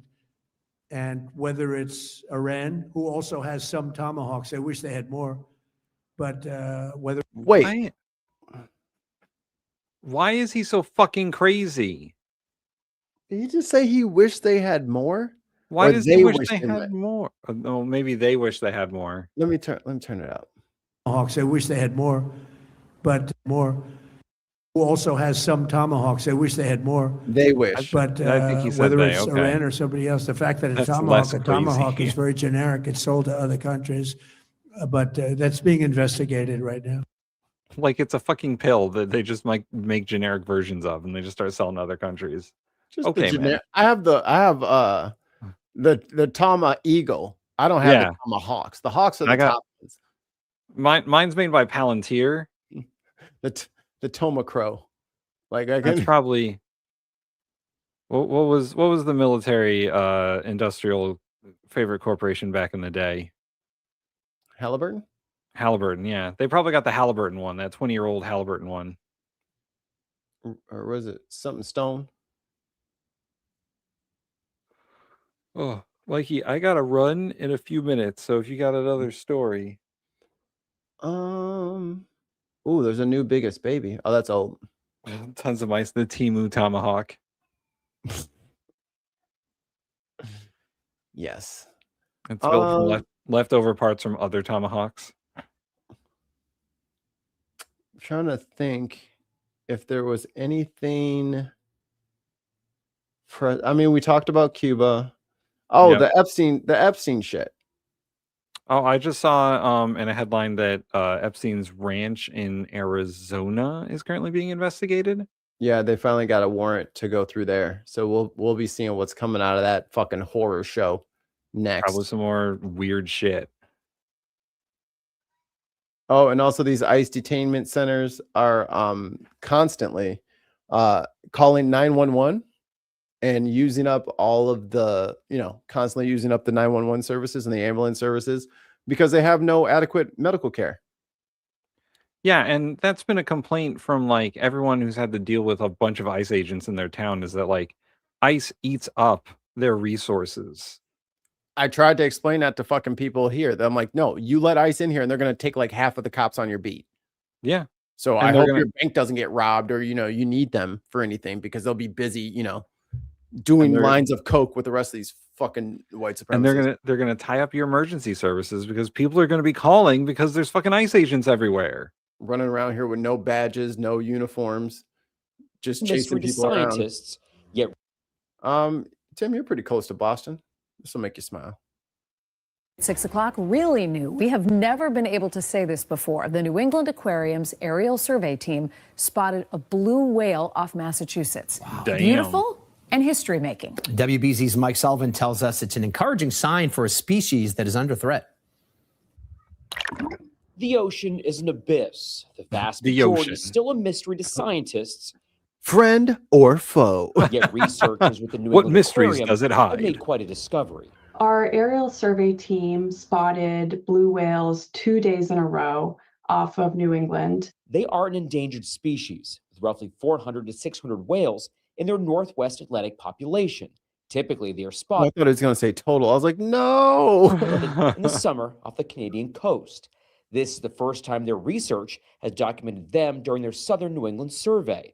The latest sighting coming 15 miles off of Martha's Vineyard. Kind of make us think Always the that, rich. relatively speaking to other places around, that this might be an area where blue whales are finding food right now, would be my best guess. Yo, The those whales whales got paid eat to show krill, up. a small shrimp They're paid protesters. like animal. Researcher Orla O'Brien saying changes to ocean currents can impact where krill thrives and thus where whales travel to find them. I think it's likely that climate change plays a role in the distribution of these animals, meaning like where we see them or where they're Liberal lies. What kind of fucking whale? These are some Southie ass fucking whales, man. Because typically blue whales like calve and all that kind of shit, which is coming up now if they're not already doing the dance. They usually do it in Hawaii. Yeah. They go to Hawaii, they go to the Gulf, they go to the nice warm waters, the Galapagos, somewhere to like raise the calf. There's not a lot of predators. There's tons of krill. The algae is in bloom. You know, the sea is calm. These motherfuckers went to Boston. Speaking of predators for whales, the ocean full of cephalopods with missiles. Yeah, those sperm whales got a fucking judgment day coming, baby. You've been eating us by the thousand. We will get our vengeance. Going. What's not known yet is if the Massachusetts coast is their latest dining locale, or if they'll be repeat customers. Dolphins. Eat the dolphins. Don't eat In the Boston, dolphins? I'm Mike Sullivan, WBZ News. What's wrong with eating dolphins? They're delicious. Full of protein. No, don't eat dolphins. I'm kidding. Yeah, don't eat dolphins. I swam with dolphins once. Did you? Mm-hmm. They have the weirdest skin I have ever felt on a critter. I touched a seal once at an aquarium. Those are pretty slimy feeling. The dolphins don't feel slimy. It feels like a giant thigh muscle. Like they're unimaginably strong. Like their whole body is like muscle. The whole thing. It's weird. Dolphins are legitimately horrors of the ocean. I agree. Tons of krill, no relation. So, blue whales are also strapped with tomahawk missile systems. Don't fuck with them. All right, I got one last thing before I go. Remove. Add. There we go. Yay! There's the bestest boy.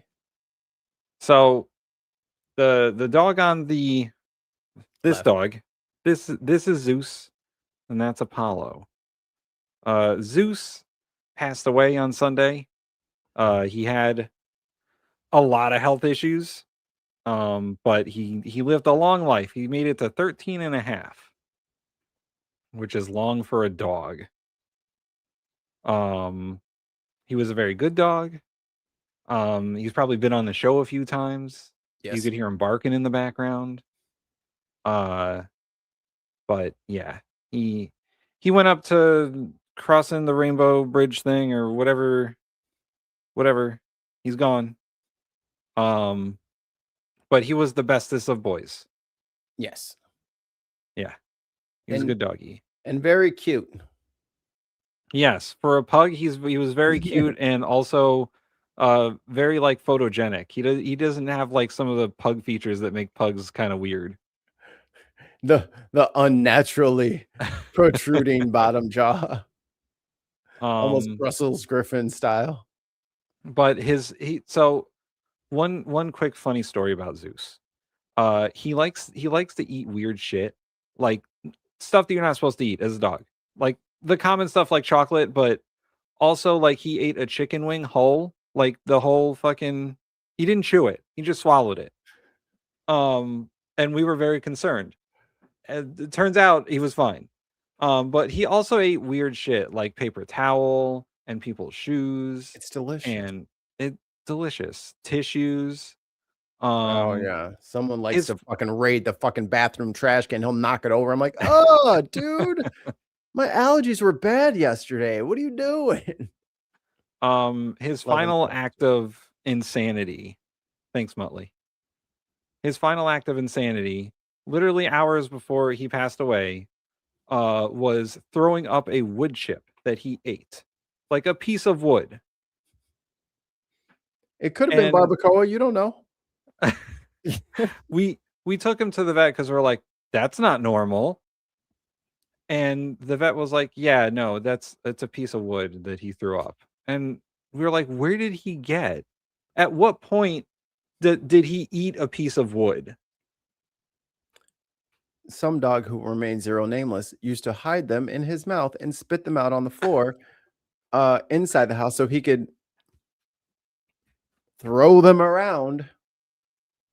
I yelled at my ex. I was like, stop dragging in fucking wood chips all the time. She's like, I'm not. I'm like, yeah, the dog's just fucking bringing them in his mouth. I'm so sorry. The dog's actually bringing them in his mouth. Upon further review. Further context, Zeus at the time was blind and he didn't move around too much because he had arthritis. So he's only outside to go to the bathroom. And we watch him very closely. He's on a leash. when did he sneak a piece of wood? Look, he didn't get 13 and a half by letting you know his next move. You know what I mean? But the wife and I will miss him because he was such a fun dog to have. But we still have Apollo. He's sleeping on my chair. He's like, I didn't do my face. I didn't put my face on. But yeah, so it's been a rough couple of days. Well, we love you, Tim, and we know that you did the best you could, and you made the hard decisions that were in his best interest. So, yeah, it was unfortunate, but he had so many ailments. So, yes, he also, like, the day before he passed away, he ate Taco Bell. So he lived a good life.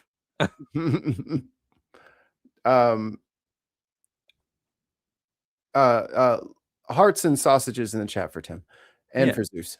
Long live Zeus. Tim, I'm so sorry to do this to you. I forgot. Oh, The man. jobs reports. Yeah, the jobs report. Oh boy.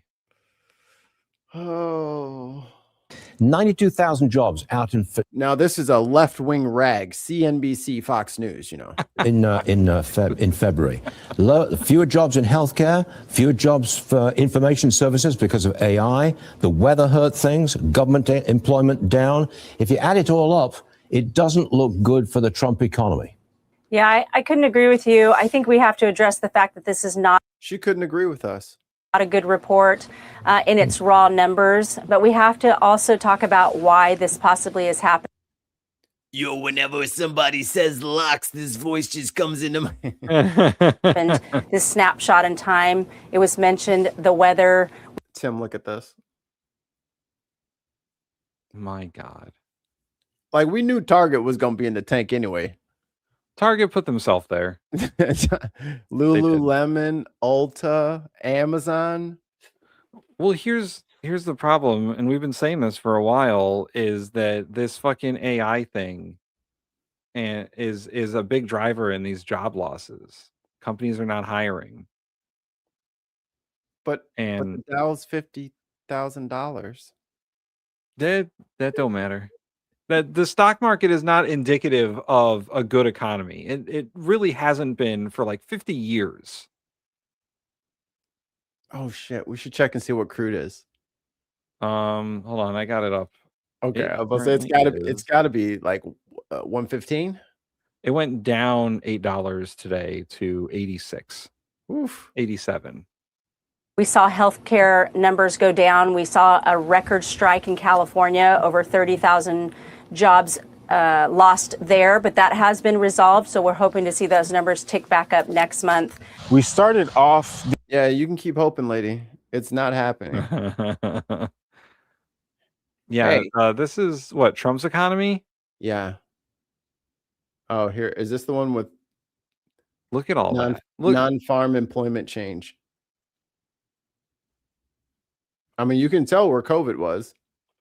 Yeah. And you know what? You can really tell where Biden's presidency started and ended and where Trump's presidency started.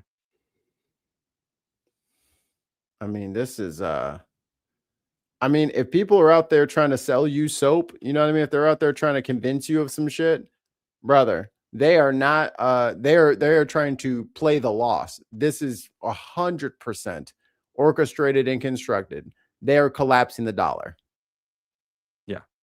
Take a look at this article. It's from the New York Times, and it says, quote, big revisions are a reason to question jobs numbers, not dismiss them.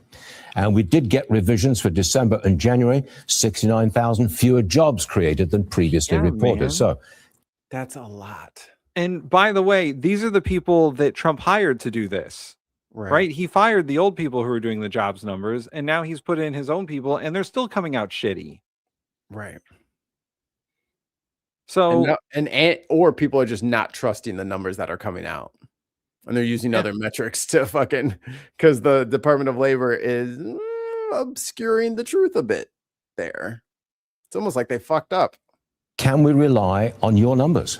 Yeah, absolutely. I think the president, that's exactly what he was questioning early in the year when he took office. And he has now a new nominee. We don't like to see these revisions. We want to make sure that we have integrity through BLS. We have integrity in the numbers. And let's keep in mind that as we've gotten all of these revisions, none of them have been positive, right? Yeah.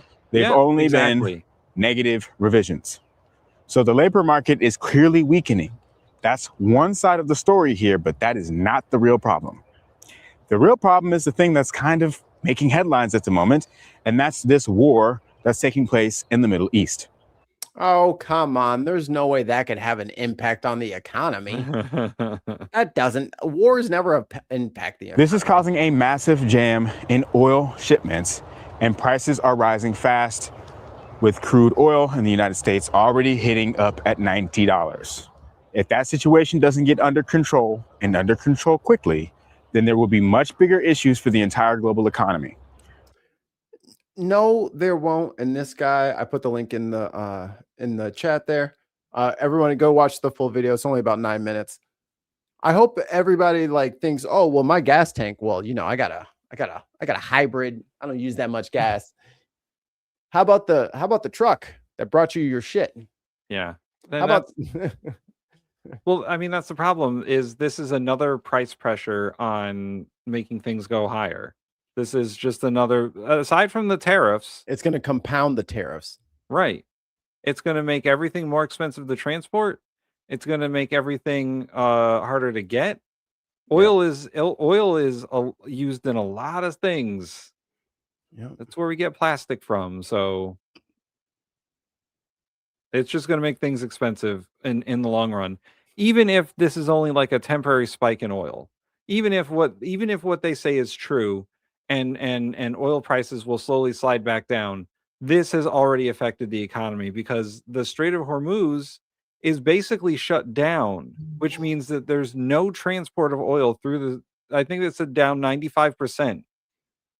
They said Trump said have some guts and just get in there. Right. But if only 5% of all transport through the strait is happening, that means that tankers are lighting up on both sides of the strait. It's going to cause a bottleneck and a logjam.